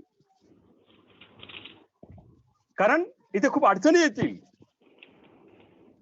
म्हणून अशा राष्ट्रांनी काय केलं की प्रातिनिधिक लोकशाहीचा स्वीकार केला. प्रातिनिधिक लोकशाही स्वीकार करत असताना त्याचे काही वेगवेगळे मॉडेल सुद्धा पुढे आले. त्याच्यामध्ये अध्यक्षीय लोकशाही असेल, संसदीय लोकशाही असेल, संघराज्यात्मक असेल, एकात्म असेल, आणि अशा वेगवेगळ्या शासन प्रकाराच्या संस्था आणि कार्यपद्धती त्यांनी विस्ताराला सुरुवात केल्या. आणि मग खऱ्या अर्थाने या संपूर्ण व्यवस्थांना जोडणारा एक मधला दुवा म्हणजे कोण असेल तर तो निवडणुकीच्या माध्यमातून मतदार हा या सर्वांना जोडणारा एक दुवा आहे. मग खऱ्या अर्थाने आता प्रतिनिधी कसे असावेत आणि ही लोकशाही व्यवस्था कशी चालावी, या लोकशाही खऱ्या आपण पाहिलं की लोकशाहीला कायद्याचं राज्य ही उपमा दिलेली असताना मग लोकशाही चालत असताना या नवोदित राष्ट्रांनी सर्वप्रथम एक विचार केला की जो काही स्वातंत्र्यपूर्व कालखंडामध्ये वसाहतवाद विरुद्ध साम्राज्यवाद असा जो काही संघर्ष होता, या संघर्षातून पुढे निघायचं असेल किंवा त्या राष्ट्रांना भवितव्य निर्माण करायचं असेल तर त्या राष्ट्रांच्या मागणीसाठी किंवा राष्ट्रांच्या समृद्धीसाठी तिथे संविधानाची निर्मिती करणे आवश्यक होते. मग जगामध्ये जिथे लोकशाही आहे तिथे संविधान आहे, जिथे राज्यघटना आहे. राज्यघटना म्हणजे काय की अगदी एका शब्दात राज्यघटनेचं उत्तर मला सांगता येईल की पाळण्यापासून ते जाळण्यापर्यंतचे सर्व नियम एका दस्तावेजामध्ये अधोरेखित करणारी ही प्रक्रिया आहे. अगदी दुसरा शब्द सांगता येईल, संविधान म्हणजे काय, त्या देशातल्या नागरिकांचे रोल काय असावेत आणि ते रोल पाळण्यासाठी रूल काय असावेत, म्हणजे रोल आणि रूल या दोघांना बांधणारी ही संवैधानिक प्रक्रिया आहे. आणि जेव्हा अशा संवैधानिक प्रक्रियातून त्या लोकशाहीची एक संरचनात्मक आणि कार्यात्मक प्रक्रिया ही बांधलेली असते, कारण कुठलीही व्यवस्था, जसं आता आपण हे वेबिनार घेतो आहोत, हे वेबिनार घेत असताना सुद्धा त्यांनी 7 दिवसाचा कार्यक्रम आखलेला आहे. आज 6व्या दिवशी 3 वाजता राज्यशास्त्राचाच टॉपिक होईल, 2 वाजता इंग्रजीचाच टॉपिक होईल. हे का बांधलं गेलं? कारण या वेबिनारचं एक कार्यक्रम रितसर व्हावा, त्यात कुठल्या अडचणी येऊ नयेत. म्हणून लोकशाही बांधत असताना जगातील सर्व राष्ट्र अशाच काही चौकटीमध्ये या लोकशाहीची अधिरचना किंवा अधोरेखित केलेली जी काही रचना आहे ती निर्माण केलेली आहे. कारण उदारमतवादाने काही प्रमाणके लोकशाही पुढे ठेवलेली आहे. या प्रमाणकांना आधारित असलेला जो कार्यकारण भाव आहे त्या कार्यकारण भावातून जी काही प्रक्रिया आहे, आणि ही प्रक्रिया खऱ्या अर्थाने तिथे कार्यरत असलेल्या व्यवस्थांच्या रचनात्मक आणि कार्यात्मक स्वरूपातून ती अधोरेखित होते आहे. आणि ही एकीकडे असलेली व्यवस्था, तर दुसरीकडे व्यवस्थेला चालवणारे घटक कोणते आहेत, व्यवस्थेचे मूलभूत घटक कोणते आहेत, आणि व्यवस्थेतील पदाधिकारी आणि या सर्वांच्या केंद्रस्थानी असलेला जो काही सामान्य माणूस आहे, या सामान्य माणसाचा मिळून ही लोकशाही व्यवस्था निर्माण झालेली आहे. मग आता आपण एका अशा टप्प्यावर आलोत, लोकशाही म्हणत असताना आपण जसं पाहिलं व्यक्ती स्वातंत्र्य, नागरिकांचे अधिकार, राज्यव्यवस्थेची उभारणी, संविधानाची निर्मिती, या सर्व प्रक्रियेतून ही लोकशाही बांधली गेलेली आहे.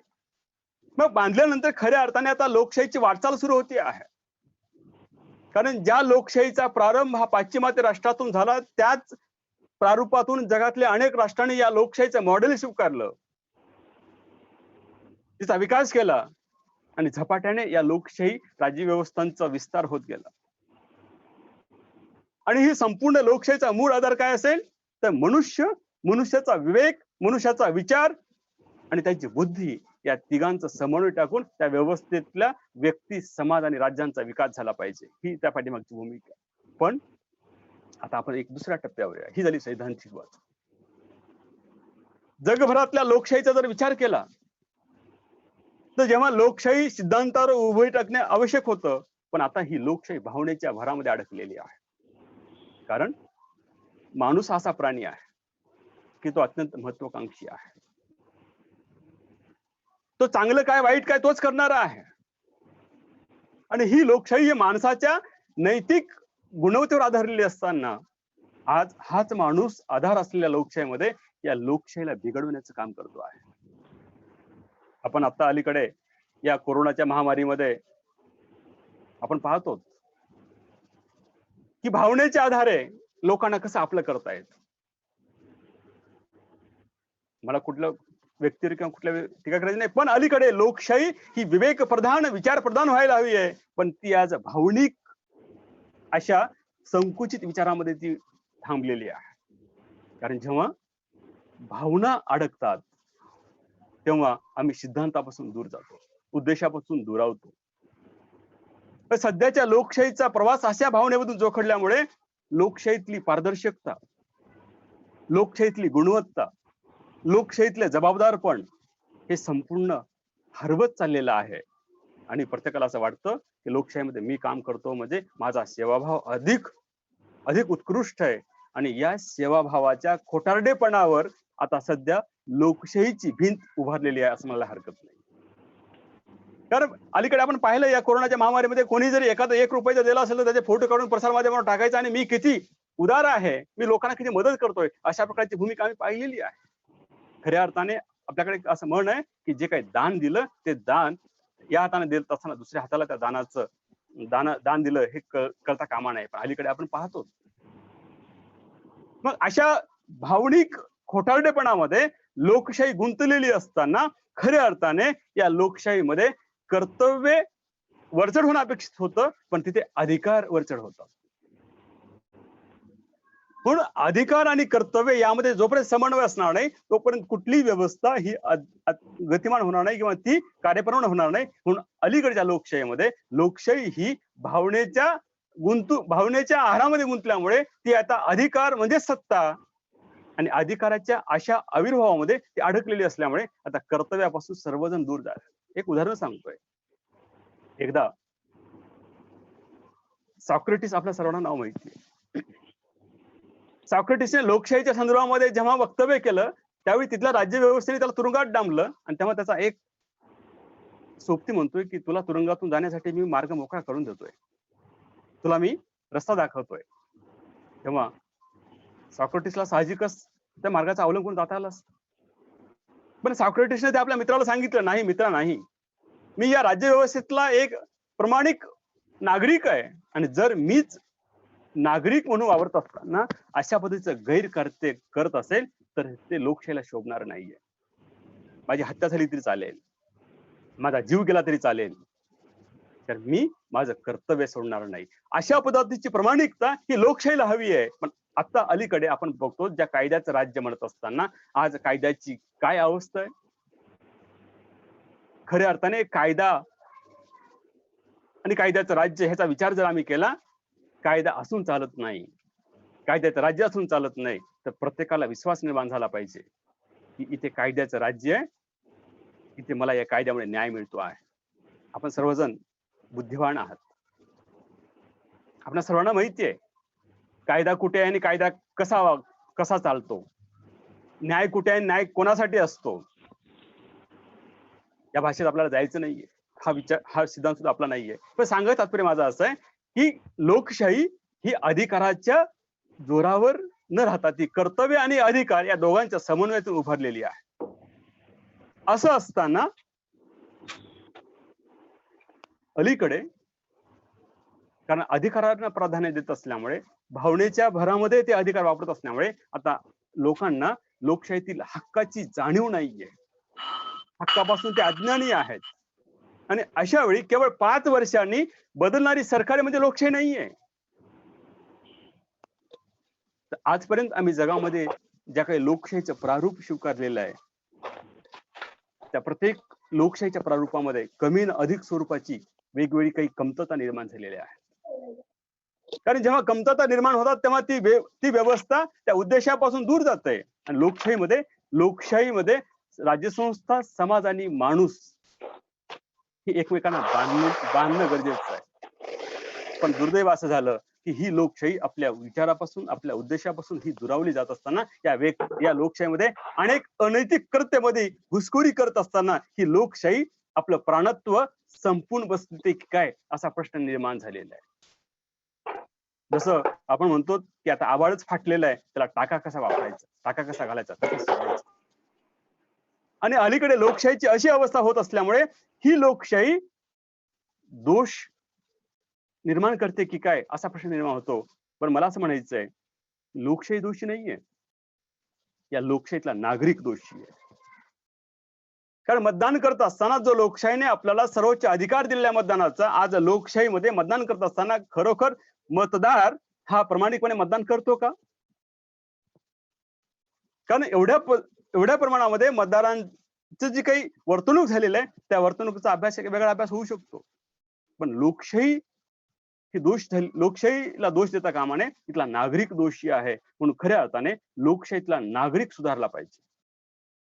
या नागरिकाला माझे अधिकार काय आहेत, माझे हक्क काय याची जाणीव झाली पाहिजे. पण जसं होत नाही, जसं अलीकडे एक म्हण आहे की गेल्या बऱ्याच वर्षापासून आपण एक करतो की जखम मांडीला आणि मलम शेंडीला, असाच प्रकार आता लोकशाहीमध्ये वावरायला सुरू होतो. कारण आपलं मन जर निरोगी असेल तर शरीर सुद्धा निरोगी असणार आहे. पण सध्या आमचं मनच निरोगी नाहीये, तर शरीर कसं निरोगी असणार आहे? पण लोकशाहीतला माणूस, लोकशाहीतला विवेक हा निरोगी असला तर लोकशाही निरोगी असणार आहे. म्हणून लोकशाहीला लागलेला हा दोषाचा कलंक आम्हाला नाहीसा करायचा असेल तर आम्हाला सुद्धा आता काही नियमांचं पालन करावं लागेल. नियमांचं पालन करायचं असेल, काय करायचं असेल तर इथे प्रत्येकाला बोलण्याचा अधिकार दिलेला आहे.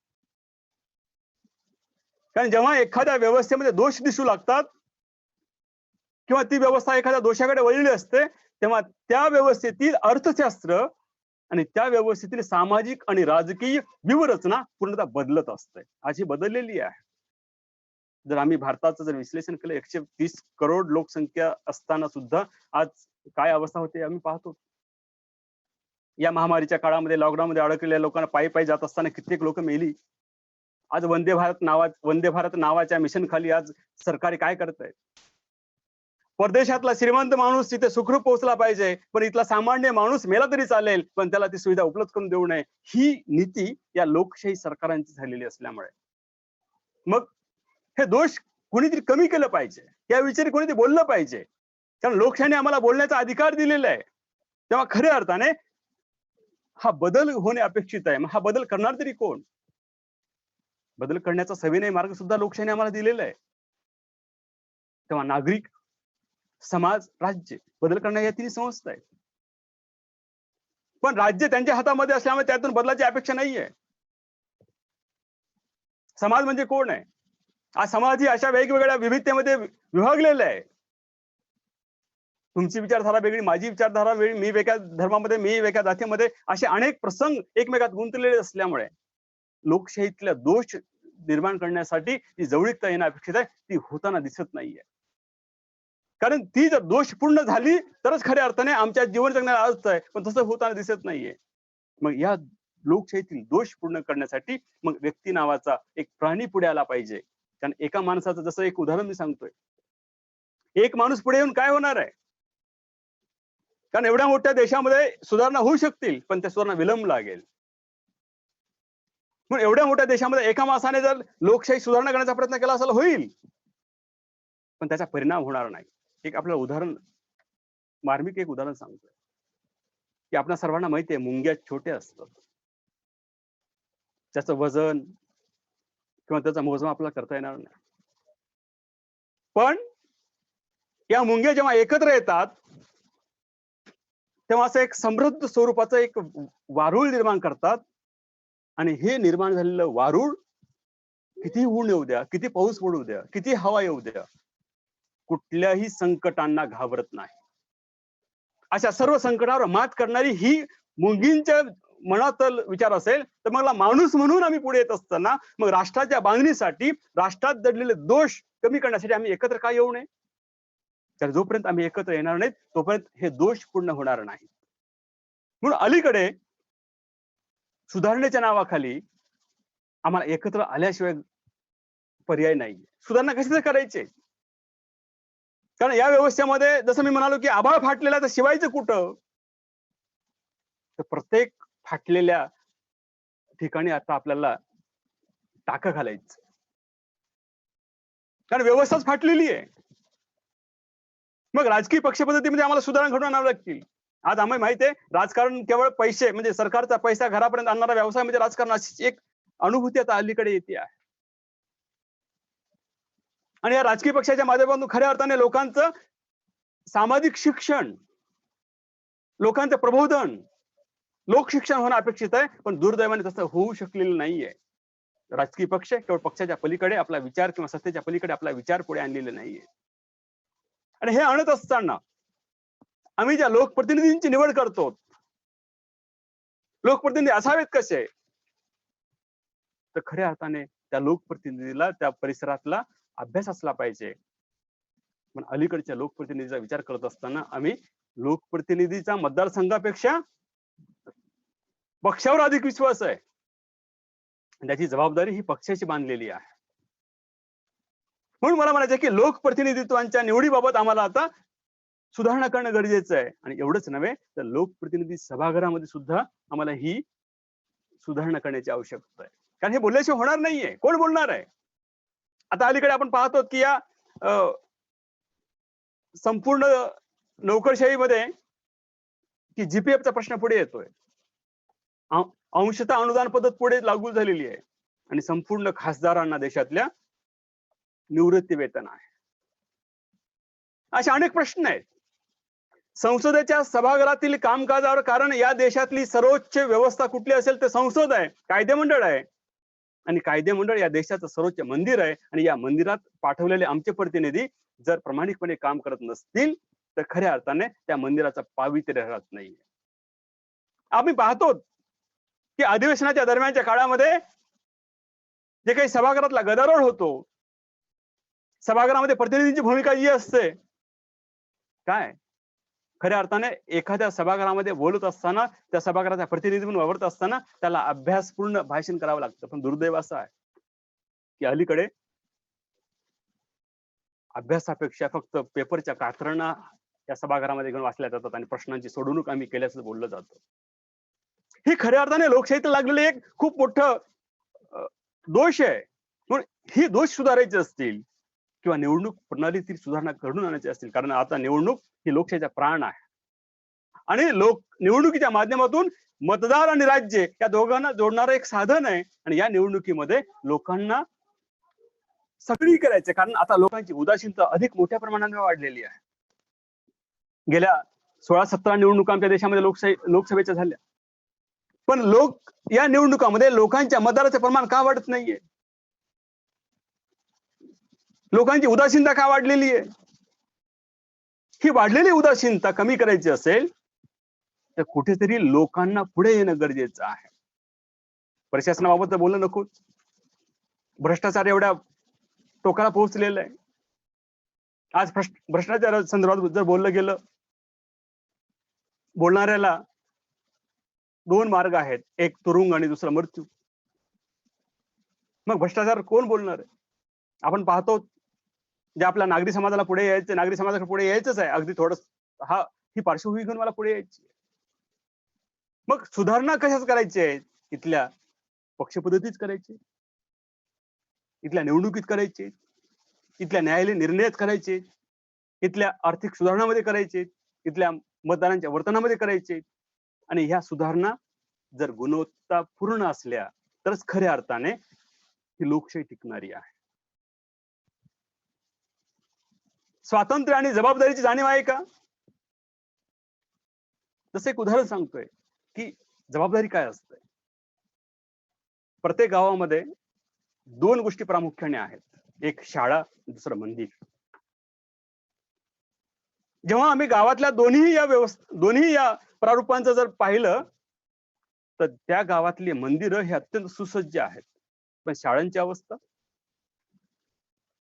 आता अलीकडे कुठेतरी डिजिटल वगैरे शाळा होत आहेत, तो भाग वेगळा. तरीही जेव्हा या शाळेचा एखादा जर खिडकी काढून घेणार असेल आणि बघणार असेल तर तो म्हणतोय की घेऊन जा, आपल्या काही बापाचं नाही, ती शाळा सरकारची आहे. आणि जेव्हा एखाद्या मंदिराचा दगड काढला तर लगेच सर्व लोक येतील आणि त्याच्यावर तो आरोप लावतील की हे चोरी तू केली ते भरून दे. मग सार्वजनिक क्षेत्राबाबत ही जबाबदारी का पुढे येत नाहीये? कारण ज्या पद्धतीने मंदिराच्या वस्तूबाबत जी जबाबदारी असायला हवी होती तीच पण शाळेबाबत असायला हवी आहे. मग स्वातंत्र्य आणि जबाबदारीची जाणीव आम्हाला कोण करून देणार आहे? लोकशाहीच्या संरचनाबाबत आम्हाला लोकशिक्षण आणि लोकप्रबोधन कोण करणार आहे? आणि सर्वात महत्वाचा भाग आहे की लोकशाही ही लोकांच्या सहभागावर आधारलेली आहे. आज लोकशाहीतला सहभाग का वाढत नाहीये? तर निर्णय प्रक्रियेतला सहभाग असेल किंवा मतदानाचा सहभाग असेल, जसं मी आता म्हणालो की लोकशाहीमध्ये लोकांचा सहभाग हाच लोकांचा प्राण असतो. मग दुर्दैवानं लोकशाही व्यवस्थेविषयी लोकांच्या मनात चांगली भावना नाहीये. मग ही चांगली भावना निर्माण करण्यासाठी लोकांमध्ये लोकप्रबोधन आणि लोकशिक्षण करणे गरजेचे आहे. आणि हे करण्यासाठी मग कुठेतरी नागरिकांचं सबलीकरण होणं गरजेचं आहे, नागरिकांचं सशक्तीकरण होणं गरजेचं आहे. मग सशक्तीकरण करायचं तर कोणी, तर तेव्हा खऱ्या अर्थाने मग आम्हाला या समाजातील नागरी समाजाची भूमिका पुढे महत्वाची वाटते. नागरी समाज म्हणजे काय की कुटुंब आणि राज्य यांच्यामध्ये जो काही अवकाश निर्माण झालेला आहे, या अवकाश निर्माण होण्याने ज्या काही समस्या निर्माण झाल्या त्या समस्यांची सोडवणूक करणारा असा एक वर्ग आहे, त्याचं नाव आहे नागरी समाज. कुठल्याही व्यवस्थेमध्ये दोन समाज आहेत, एक राजकीय समाज आणि दुसरा नागरी समाज. राजकीय समाज हा पदाधिकारी म्हणून वावरतो आणि नागरी समाज हा त्या व्यवस्थेतल्या मूलभूत गरजांची भूमिका घेऊन राज्याकडे मागणी करतोय की तुम्हाला हे करणं गरजेचं आहे आणि तुम्ही करत नाहीये. याबाबत अनेकांनी अनेक वेगवेगळे मतप्रवाह निर्माण केलेले आहेत. सिव्हिल सोसायटी हा शब्द भारतामध्ये कधी प्रचलित झाला आपल्या सर्वांना माहिती आहे की अण्णा हजारेंचं लोकपाल आंदोलन जेव्हा पुढे आलं तेव्हा खऱ्या अर्थाने आम्हाला नागरी समाज काय आहे ह्या शब्दाचा प्रत्यय आला होता. पण जेव्हापासून लोकशाही विस्ताराला लागली तेव्हापासूनच खऱ्या अर्थाने नागरी समाज सुद्धा पुढे विकसित झालेला आहे. पण दुर्दैव असं आहे की आमच्या देशामध्ये खऱ्या अर्थाने जेव्हा उत्तर औद्योगिक भांडवलशाहीचं युग आलं, त्याला आपण एका शब्दात सांगायचं असेल तर नव्या आर्थिक धोरणानंतर जे काही राज्य आणि समाज यातलं अंतर वाढत असताना जे काही प्रश्न निर्माण झाले, हे प्रश्न खूप व्यापक स्वरूपाचे आहेत. या प्रश्नांची जर व्याप्ती जर आम्ही लक्षात घेतली तर ही न मोजता येण्यासारखी आहे. आज समाजामध्ये जातीमध्ये तीव्र मतभेद आहेत, गरिबींचं प्रमाण वाढतंय, दारिद्र्याचं प्रमाण वाढतंय, सुविधांचा अभाव होतो आहे, कृषी व्यवस्थेतील कमतरता वाढते, सेवा उद्योग क्षेत्र माहिती क्षेत्र त्यांच्या प्राबल्याने वाढ होते. त्यातून काही आणि जसं आता सरांनी सांगितलं मागच्या सेशनमध्ये की प्रसार माध्यमातून जे काही गुन्हेगारीकरण वाढत आहे, सायबर गुन्हेगारीकरण वाढत आहे, हा सायबर गुन्हेगारीकरणाचा खूप मोठा प्रश्न आहे. आम्ही ज्या वेबिनारच्या माध्यमातून एकत्र जोडलो आहोत, यदा कदाचित येणाऱ्या पुढच्या काळामध्ये सरकारला असं वाटेल की आता आपल्याकडे तंत्रज्ञान विकसित झालेलं आहे आणि आता शिक्षण पद्धती सुद्धा आपल्याला घराघरामध्ये पोहोचायचं असेल, या तंत्रज्ञानाच्या माध्यमातून वेबिनारच्या माध्यमातून देता येऊ शकतो. अशी ही सध्या पुढे ही समस्या येणार आहे, आम्हाला सुद्धा संघटित व्हावं लागणार आहे. मग असंख्य क्षेत्रातल्या समस्या आहेत, मग पर्यावरण असेल, पाणी असेल, सिंचन असेल, जंगल असतील, मानवी हक्क असतील, न्यायालय असतील, सर्व समस्या आहेत. या सर्व समस्यांची सोडवणूक करण्यासाठी एकत्र येऊन लढा देणे ही आता काळाची गरज झालेली आहे. जर आपण संघटित झालो नाहीत तर आपले प्रश्न सुटणार नाही. जसं आपल्याकडे एक म्हण आहे, आई सुद्धा आपल्या बाळाला दूध पाजत असताना तो रडल्यानंतर पाजवते. लोकशाहीमध्ये आम्हाला आमचे कर्तव्य काय आहेत, अधिकार काय आहेत हे जाणून घेऊन सरकारसोबत आम्हाला ही मागणी करावी लागणार आहे आणि सरकारला सांगायचं आहे की तुम्ही दिलेलं वचन ते पाळलं पाहिजे. आपल्या सर्वांना माहिती आहे, आपण निवडणुकामध्ये अनेक वचननामे ऐकलेले आहे, प्रत्येक पक्षांचे वेगवेगळे वचननामे आहेत आणि हे वचन सरकारने पाळलं पाहिजे, याची जाणीव करून दिली पाहिजे आणि लोकांना सरकारविषयी बोलतं झालं पाहिजे. ही भूमिका खऱ्या अर्थाने लोकशाहीमध्ये नागरी समाजाची आहे. तर नागरी समाज झोपला तर लोकशाही सुद्धा झोपत आहे. या लोकशाहीला जाग करायचं असेल, या लोकशाहीला उठवायचं असेल तर नागरी समाजाची भूमिका ही लोकशाहीच्या रचनात्मक आणि धोरणात्मक स्वरूपामध्ये भर घालणारी आहे. नागरी समाज म्हणजे कोण की तुमच्या आमच्या अशाच काही व्यक्तीने एकत्र येऊन राज्याच्या लोककल्याणकारी भूमिकेतून सार्वजनिक धोरणं ही लोकांपर्यंत पोहोचावीत आणि सरकारला त्याची जाणीव करून द्यावी, यासाठी निर्माण झालेला एक समुदाय आहे. हा समुदाय राजकीय नाहीये, तो सामाजिक आहे. हा समुदाय समाजाच्या भल्यासाठी काम करणारा समुदाय आहे. म्हणून या नागरी समाजाच्या माध्यमातून लोकशाही खऱ्या अर्थाने, जसं आता मी म्हणालो की लोकांचा सहभाग हा लोकशाहीमध्ये अधिक प्रमाणभूत मानला पाहिजे. पण जर नागरी समाज अलीकडे काय झालं की लोकशाहीमध्ये वावरत असताना सज्जनांना असं वाटतं की लोकशाहीत वावरणं हा आपला धंदा नाहीये, आपलं काम नाहीये. खऱ्या अर्थाने अलीकडे जे काही लोकशाहीमध्ये जे काही अनैतिकता, अविचार, जे काही अमानवी कृत्ये पुढे वाढत चाललेली आहेत, हे ह्याचं कारण एक आहे की चांगली माणसे या व्यवस्थेतून दूर पडत आहेत. म्हणून खऱ्या अर्थाने नागरी समाजाला या लोकशाहीला टिकवायचं असेल तर चांगल्या माणसांना लोकशाहीमध्ये आणलं पाहिजे. पण दुर्दैव असं आहे, बाबासाहेबांना आम्ही निवडणुकीत पाडलं. ज्या देशाचे संविधान बाबासाहेबांनी लिहिलं त्याला आम्ही घटनेचे शिल्पकार असं म्हणतोय. आणि प्रातिनिधिक लोकशाहीच्या माध्यमातून बाबासाहेब जेव्हा निवडणुकीला उभं टाकले, या निवडणुकीमध्ये बाबासाहेबासारख्या महान तत्ववेत्याला आमच्या मतदारांनी पाडलं. मग चांगली माणसं येतील कशी? चांगल्या माणसाला प्रोत्साहन कोण देणार आहे? जर एखादा माणूस जर प्रामाणिकपणे वागत असेल तर त्याला खरा म्हणतील, त्यासोबत कोणी राहणार नाहीत. मग अशा पद्धतीचं शिक्षण, प्रबोधन या लोकांमध्ये निर्माण करून लोकशाहीतील ज्या उणिवा आहेत, जी लोकशाही व्यक्ती आणि सरकारपासून दुरावलेली आहे, ही व्यक्ती आणि सरकारमधलं दुरावलेलं अंतर पूर्ण करण्याची जबाबदारी लोकशाहीमध्ये नागरी समाजाच्या सक्रियतेतून पुढे आलं पाहिजे, ही लोकशाहीची धारणा आहे. म्हणून अलीकडच्या काळामध्ये, म्हणजे आता उलट जागतिकीकरणाच्या काळामध्ये प्रत्येकानं असं वाटतं, कारण जागतिकीकरणाच्या नंतर असं वाटतं की आता सत्तेचं विकेंद्रीकरण जरी झालं तरी या व्यवस्थेमध्ये जी काही नैसर्गिक संसाधने आहेत, ही संसाधने मानवाच्या नियंत्रणाखाली आली पाहिजे आणि त्यावर राज्याचं नियंत्रण असलं तरी त्या राज्यावर मानवाचं नियंत्रण असलं पाहिजे. खऱ्या अर्थाने या एकाच वाक्यामध्ये या नागरी समाजाची भूमिका ही दडलेली आहे.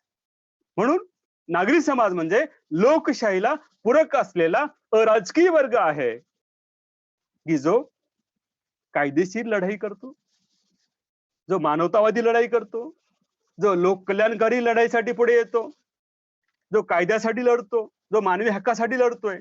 पण बऱ्याचदा असं होतं की या नागरी समाजाच्या भूमिकेतून काही गैरसमजही पुढे येत आहेत. खऱ्या अर्थाने आम्हाला विचार करायचा की लोकशाहीला सक्षम करणाऱ्या नागरी समाजाची भूमिका इथे आम्हाला अपेक्षित आहे. मग ती असेल माहिती अधिकाराच्या माध्यमातून, ती असेल मानवी हक्काच्या माध्यमातून, ती असेल जागरूकतेच्या माध्यमातून. पण बऱ्याचदा काही नागरी समुदाय असे असतात की आपले कुठले तरी व्यक्तिगत हित घेऊन राज्यापुढे जातात, पण ते राज्यापुढे जाणारे व्यक्तिगत हित घेऊन जेव्हा जातात तेव्हा त्यांची भूमिका ही कुठेतरी मर्यादित असते.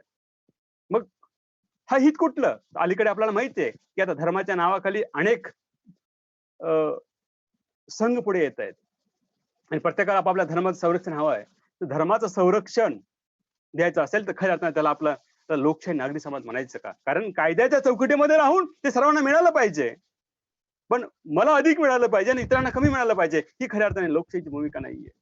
म्हणून नागरी समाज ही या व्यवस्थेतली अशी एक चौकट आहे, ती एकाच वेळी सामान्य माणूस, समाज आणि राज्य या तीन व्यवस्थांना स्थानिक पातळीपासून ते जागतिक पातळीपर्यंत बदललेल्या प्रत्येक संदर्भांना जोडत ते परिवर्तन सविनय मार्गाने झालं पाहिजे आणि प्रत्येकांना प्रत्येक बदलांचा लाभ हा प्रत्येकापर्यंत पोहोचला पाहिजे, या विचारांचं प्रतिनिधित्व करणारी ही एक सामाजिक चळवळ आहे. ती चळवळ धोरणे आंदोलनाच्या माध्यमातून सरकारला जागा करते आणि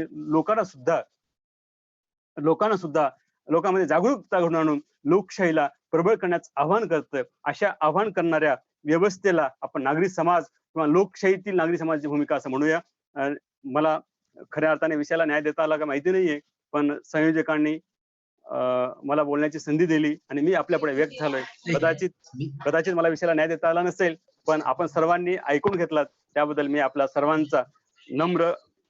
सर्वांचे मी आभार मानतोय. धन्यवाद. धन्यवाद सर. अतिशय सुंदर आपण विवेचन करत होतात. आपला फार अभ्यासपूर्ण विषय आपण मांडलात.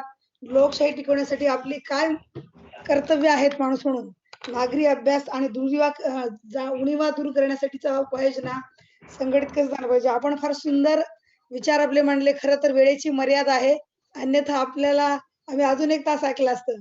मी डॉक्टर गायकवाड सरांना विनंती करते, डॉक्टर संजय गायकवाड सर, आपण ह्या सेशनचे आभार मानावे आणि त्यानंतर डॉक्टर कमला प्रश्न उत्तर आहेत नागरिकांचे प्रश्न. यस मी फक्त शेड्यूल सांगते. अगोदर प्रश्न उत्तर घेऊयात, नंतर आभार होईल. प्रश्न उत्तर घेऊयात. प्रश्न उत्तर होतील, मग संजय गायकवाड सर ह्या सेशनचा आभार मानतील आणि मग कमलाकर चव्हाण दोन्ही सेशनचं मानतील. हॅलो मॅडम बोला सर. हॅलो मॅडम सर आता आधी प्रश्न उत्तर होतील. हॅलो माझा प्रश्न आहे. हॅलो बोला. हा सर जाधव सर, आपण खूप सुंदर असं प्रेझेंटेशन केलं. Thank you sir. माझं नाव डॉक्टर नामदेव वाघमारे, इंदिरा गांधी महाविद्यालय शिरपूर नांदेड. हा सर. सर आपण सुरुवातीला प्रेझेंटेशन करताना असं म्हणालात की लोकशाहीमध्ये प्रत्येकाला स्वातंत्र्य असते. हो सर. परंतु भारतामध्ये सत्ता संपत्ती किंवा आम्ही उच्च जातीचे आहोत असं समजून दीनदलितांवर, वंचितावर म्हणजे अमानुष अन्याय अत्याचार आजही चालू आहेत. त्यांना कुठल्याही प्रकारचं स्वातंत्र्य नाही. तर भारतात लोकशाही आहे का? तर त्याचे दोन्ही पैलू आहेत. कागदावर ही लोकशाही आहेच, पण वास्तविकता जर आपण पाहिले की जी लोक आपण लोकशाही टिकवण्यासाठी निवडून देतो तीच लोक खऱ्या अर्थाने लोकशाहीचा वापर करतात का? कारण मला एका शब्दात उत्तर द्यायचंय. जर आम्ही ऊस लावलो तर कापूस उगवणार आहे का? ऊस लावलो तर ऊसच उगवणार आहे ना. हो ना. मग अशा पद्धतीची व्यवस्था निर्माण झालेली आहे. कारण अलीकडे तुम्ही म्हणता तसं मी म्हणालो की आभाळ फाटलेलं आहे, आता शिवायचं कसं आहे?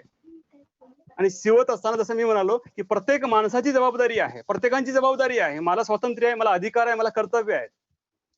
जर आम्ही एकाच वेळी प्रत्येकाने जर असा विचार केला तर आज आमच्या देशामध्ये एकाच वेळी 135 करोड पावलं पुढे पडतील आणि लोकशाहीचं जे काही दृढीकरण आहे ते हे सर्वांच्या जाणीवेतून पुढे आलं पाहिजे. म्हणून नागरी समाजाची भूमिका काय की लोकांना तुझं तुझ्या जवळच आहे पण तू वापरत नाहीयेस ही जाणीव करून देण्यासाठी ही गरज आहे. त्यासाठी अनेकांनी जसं बाबासाहेब आंबेडकर असतील, महात्मा गांधी असतील, अनेकांनी आपापल्या माध्यमातून अलीकडे गाडगे बाबा असतील, जे काही संत महात्मे सुधारक सर्वांनी याच अनुषंगाने विचार व्यक्त केला. पण दुर्दैव असं आहे की आम्ही कुठेतरी जसं मी म्हणालो की भावनेच्या आहारी बांधलो आहोत. आम्हाला विचारापेक्षा भावना महत्वाची वाटते. मग जेव्हा आम्ही भावनेत अडकलो तेव्हा आम्ही कुठल्याही उद्देशापर्यंत पोहोचत नाही. याचा अर्थ भारतात फक्त कागदोपत्री लोकशाही आहे, ऍक्च्युअली रनिंग मध्ये काहीच नाही. हो. हॅलो आम्ही प्राध्यापक डॉक्टर दयानंद उजळंडे सर बोलतोय. आपल्या भाषणामध्ये पर्यावरणाच्या संदर्भात मध्ये थोडासा भाग आला. पर्यावरणाच्या संसाधनाच्या दृढीकरणासाठी प्राध्यापक कम्युनिटीमध्ये कशा पद्धतीची चळवळ उभारणं गरजेचं आहे? सर आपलं कार्यक्षेत्र निवडत असताना ते लोकशाहीला पूरक असावं आणि पर्यावरणाचं संवर्धन हा सुद्धा कोणा एका व्यक्तीसाठी गरजेचं नाही, ते संपूर्ण समाजाच्या हिताचं आहे. पण दुर्दैव असं आहे की आपण कायद्याचं राज्य असल्यामुळे कायदे करणारी जी काही लोक आहेत आणि पर्यावरणाच्या अनुषंगाने तिथं कुठेतरी 4 भिंतीमध्ये बसणाऱ्या व्यवस्थेमधून कुठल्या तरी एखाद्या व्यवस्थेचं निर्णय निर्मिती होते. खऱ्या अर्थाने ती तिथे नसते पण होते. पण तेव्हा अशा वेळी आम्हाला कुठेतरी जागरूक होणं गरजेचं आहे. आणि आपण समाजातला एक असा घटक आहोत की आपल्याकडे खऱ्या अर्थाने समाज खूप मोठ्या आशेने पाहतो आहे. पण पाहत असताना एक पर्यावरणच नाहीये तर अनेक प्रकरण आहेत. आपल्या पावलाला अनेक समस्या आहेत. पण त्या समस्यापैकी पर्यावरण ही एक मोठी समस्या आहे. आणि या मोठ्या समस्याला आपला जायचं असेल तर खऱ्या अर्थाने आपली पहिल्यांदा रचनात्मक आणि कार्यात्मक धोरणं कुठली आहेत ती निश्चित करावी लागतील.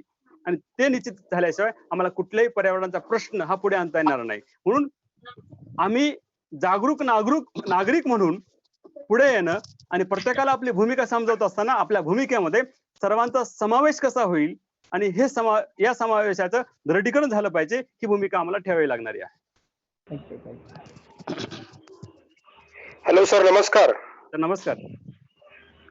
प्राध्यापक व्यंकटी पावडे बोलतोय सर. भारतामध्ये लोकशाहीच्या नावाखाली भांडवलशाहीचा उदय होतो का? सर झालंच ना. लोकशाहीच्या नावाखाली भांडवलशाहीचाच उदय झालाय. कारण ही लोकशाही खऱ्या अर्थाने भांडवलशाहीचं समर्थन करणारी लोकशाही आहे. आम्ही आमच्या संविधानामध्ये सांगतो की स्वातंत्र्य, समता, न्याय, बंधुत्व हे फक्त आम्हाला उद्देशपत्रिकेमध्ये वाचण्यापुरतं समाधान मिळतं. पण वास्तवतेमध्ये खऱ्या अर्थाने स्वातंत्र्य, समता आहे तरी कुठे? म्हणून ही समता निर्माण करायची असेल तर आम्हाला कुठेतरी संघटित होऊन या संदर्भामध्ये एकत्र येणं गरजेचं आहे. Hello sir. हा सर. हा एक प्रश्न आहे सर. हॅलो. हा सर, बोला सर. आजच्या लोकशाहीला जो मीडिया आहे, मीडिया आणि लोकशाही हे विसंगत आहेत का नाही? लोकशाहीमध्ये आपण म्हणतो या ठिकाणी की सर्वांना समान कायदा सगळं, पण आजचा जो मीडिया आहे हा मीडिया एकंदर तर सत्ताधारीच गुणगान गातो किंवा समजा केंद्रात वेगळं सरकार, पक्षपाती असं म्हणतो तुम्ही त्याला. हा, पक्षपाती, केंद्रात वेगळं सरकार, राज्यात वेगळं सरकार, अशा परिस्थितीमध्ये लोकशाही टिकल का? अशा पद्धतीचा एक प्रश्न निर्माण होतो सर. सर, काय बघायचं आणि काय बघायचं नाही हे आपल्याला ठरवायचंय. कारण माणूस हा विवेकशील प्राणी असल्यामुळे जसं मी म्हणालो, प्रत्येकाला कळतं असा भाग नाही. पण चांगलं काय वाईट काय याचे आम्हाला कुठेतरी तर्क लावता येतं. कारण बऱ्याचदा आम्ही काय करतो की जसं मी म्हणालो की माझ्या भाषणामध्ये एकच वाक्य मी वारंवार सांगतोय की भावना आणि सेवाभाव या दोन गोष्टी जेव्हा येतात तेव्हा त्याला कुठेतरी खोटार डांग असतो. खोटार डांग असतो आणि या खोटार डांग आम्हाला ओळखता आला पाहिजे. म्हणून खऱ्या अर्थाने हा भाग संरचनेचा नाहीये, तर हा प्रक्रियेचा भाग आहे.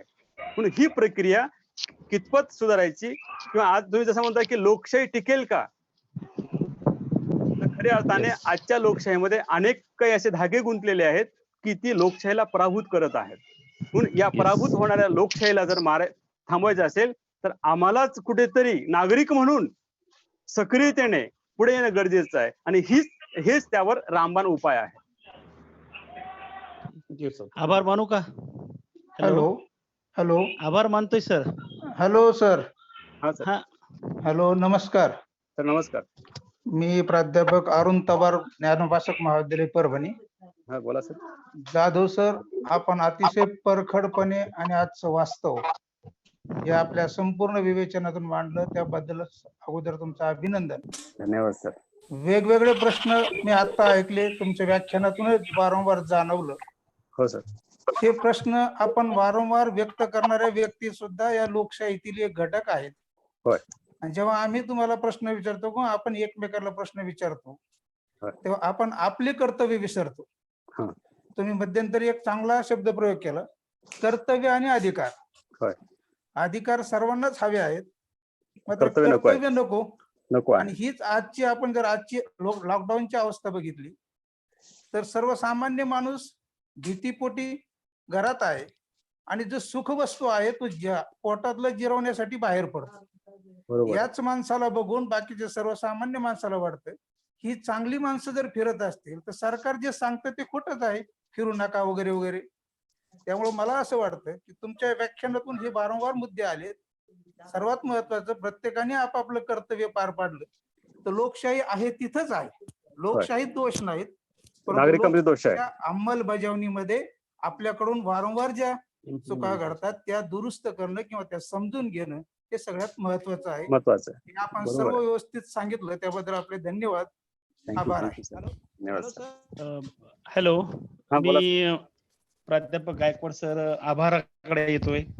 खरं तर रुसोनं असं सांगितलं होतं की भावनात्मक बुद्धीचा उदय झाल्यानंतर समाजामध्ये स्वैराचार वाढतो आणि आत्मसमर्पणाची बुद्धी जर असेल तर खऱ्या अर्थानं समाज टिकतो.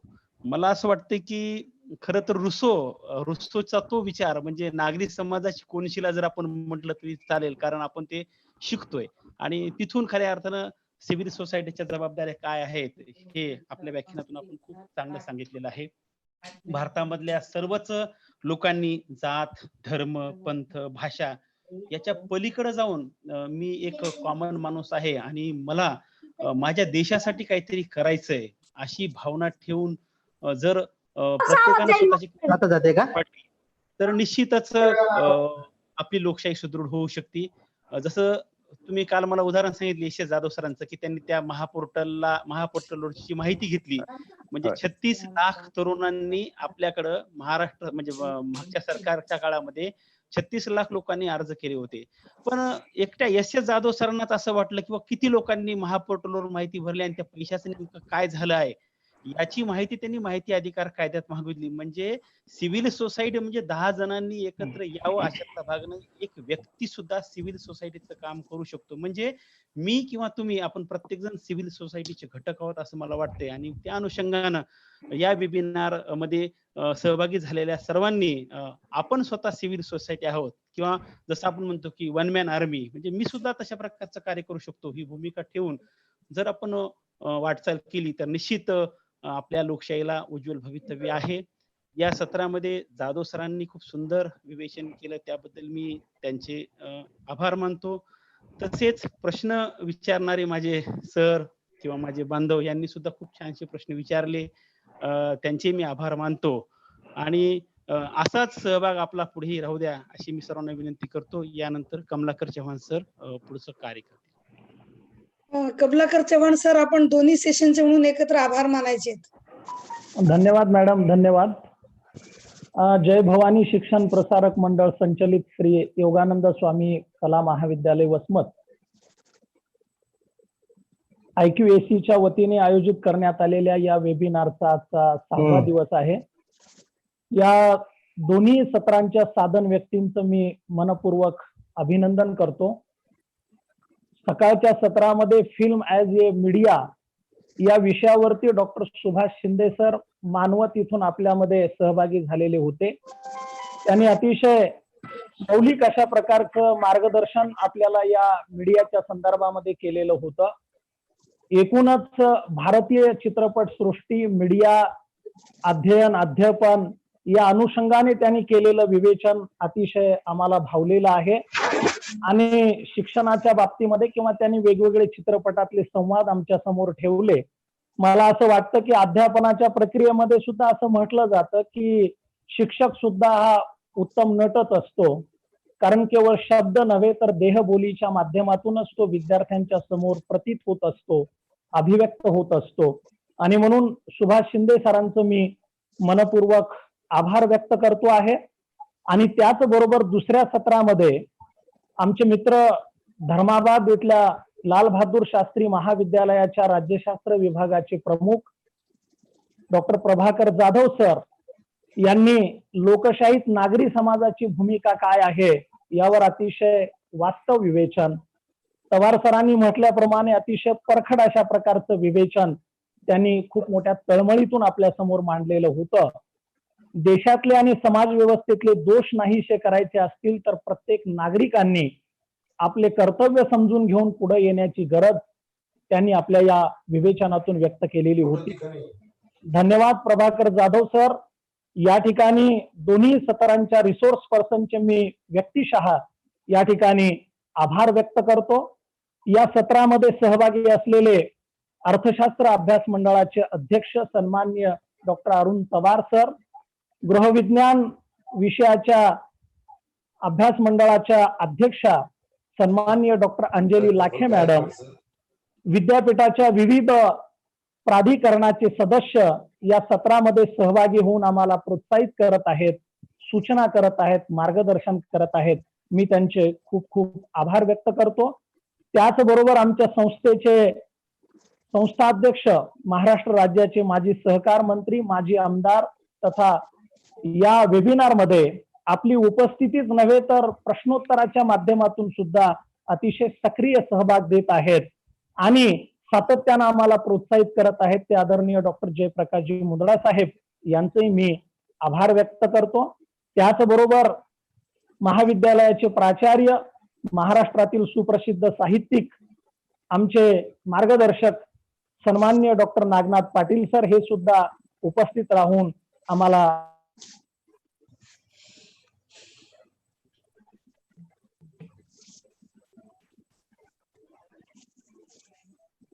महाराष्ट्र वेगवेगळ्या प्रदेशातूनच नव्हे तर वेगवेगळ्या प्रदेशातून, देशातल्या वेगवेगळ्या प्रदेशातून या ठिकाणी अभ्यासक प्राध्यापक या सत्रामध्ये जोडले गेलेले आहेत आणि या ठिकाणी हे सर्व नियोजन करण्यासाठी माननीय राहुल देशमुख जी यांचं आम्हाला खूप मौलिक सहकार्य होत आहे, तेव्हा या ठिकाणी त्यांचे मी मनपूर्वक आभार व्यक्त करतो आणि सर्व जे अभ्यासक या ठिकाणी या दोन्ही सत्रामध्ये जोडले गेलेले होते त्या सर्वांनी जे सहकार्य दिलेलं आहे, जो व्यासंग आपल्या अभ्यासाचा दाखवलेला आहे, त्याबद्दल मी महाविद्यालयाच्या वतीने IQACच्या वतीने मी सर्वांचे आभार व्यक्त करतो आणि उद्या आपल्या सत्राचा शेवटचा दिवस आहे.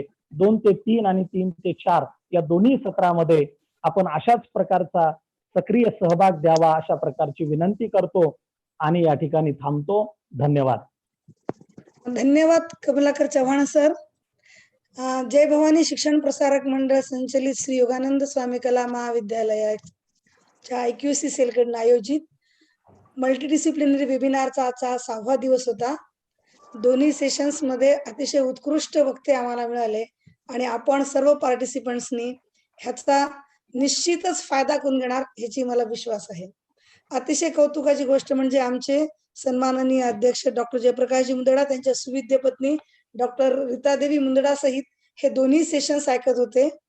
खरं तर त्यांचा अतिशय जिव्हाळ्याचा प्रश्न होता बिईंग अ पॉलिटिकल लीडर हा दुसरं सेशन, त्यामुळे ते दोघे सतत ऐकत होते, माझं लक्ष होतं. आमचे प्राचार्य, आमचे प्रेरणास्रोत नागनाथ पाटील सर, आपण सर्व उपस्थित सन्माननीय प्राध्यापक बंधू भगिनींनो, उद्याचा आमच्या ह्या वेबिनारचा शेवटचा दिवस आहे, 7वा दिवस आहे आणि उद्या फिजिकल एज्युकेशन आणि तत्वज्ञान ह्या दोन्ही विषयांचे सेशन 2 ते 3 आणि 3 ते 4 होतील. आपण 6 दिवस ह्या सेमिनारला उपस्थित राहून आम्हाला जो सपोर्ट केला, आपला सक्रिय सहभाग नोंदवून आमचं मनोधैर्य वाढवलं, ह्यासाठी IQAC सेलच्या वतीनं, महाविद्यालयाच्या वतीनं मी आपल्या सर्वांचे आभार मानते आणि अपेक्षा करते की उद्या आपण सर्वजण परत 2 वाजता एकमेकांना भेटूयात.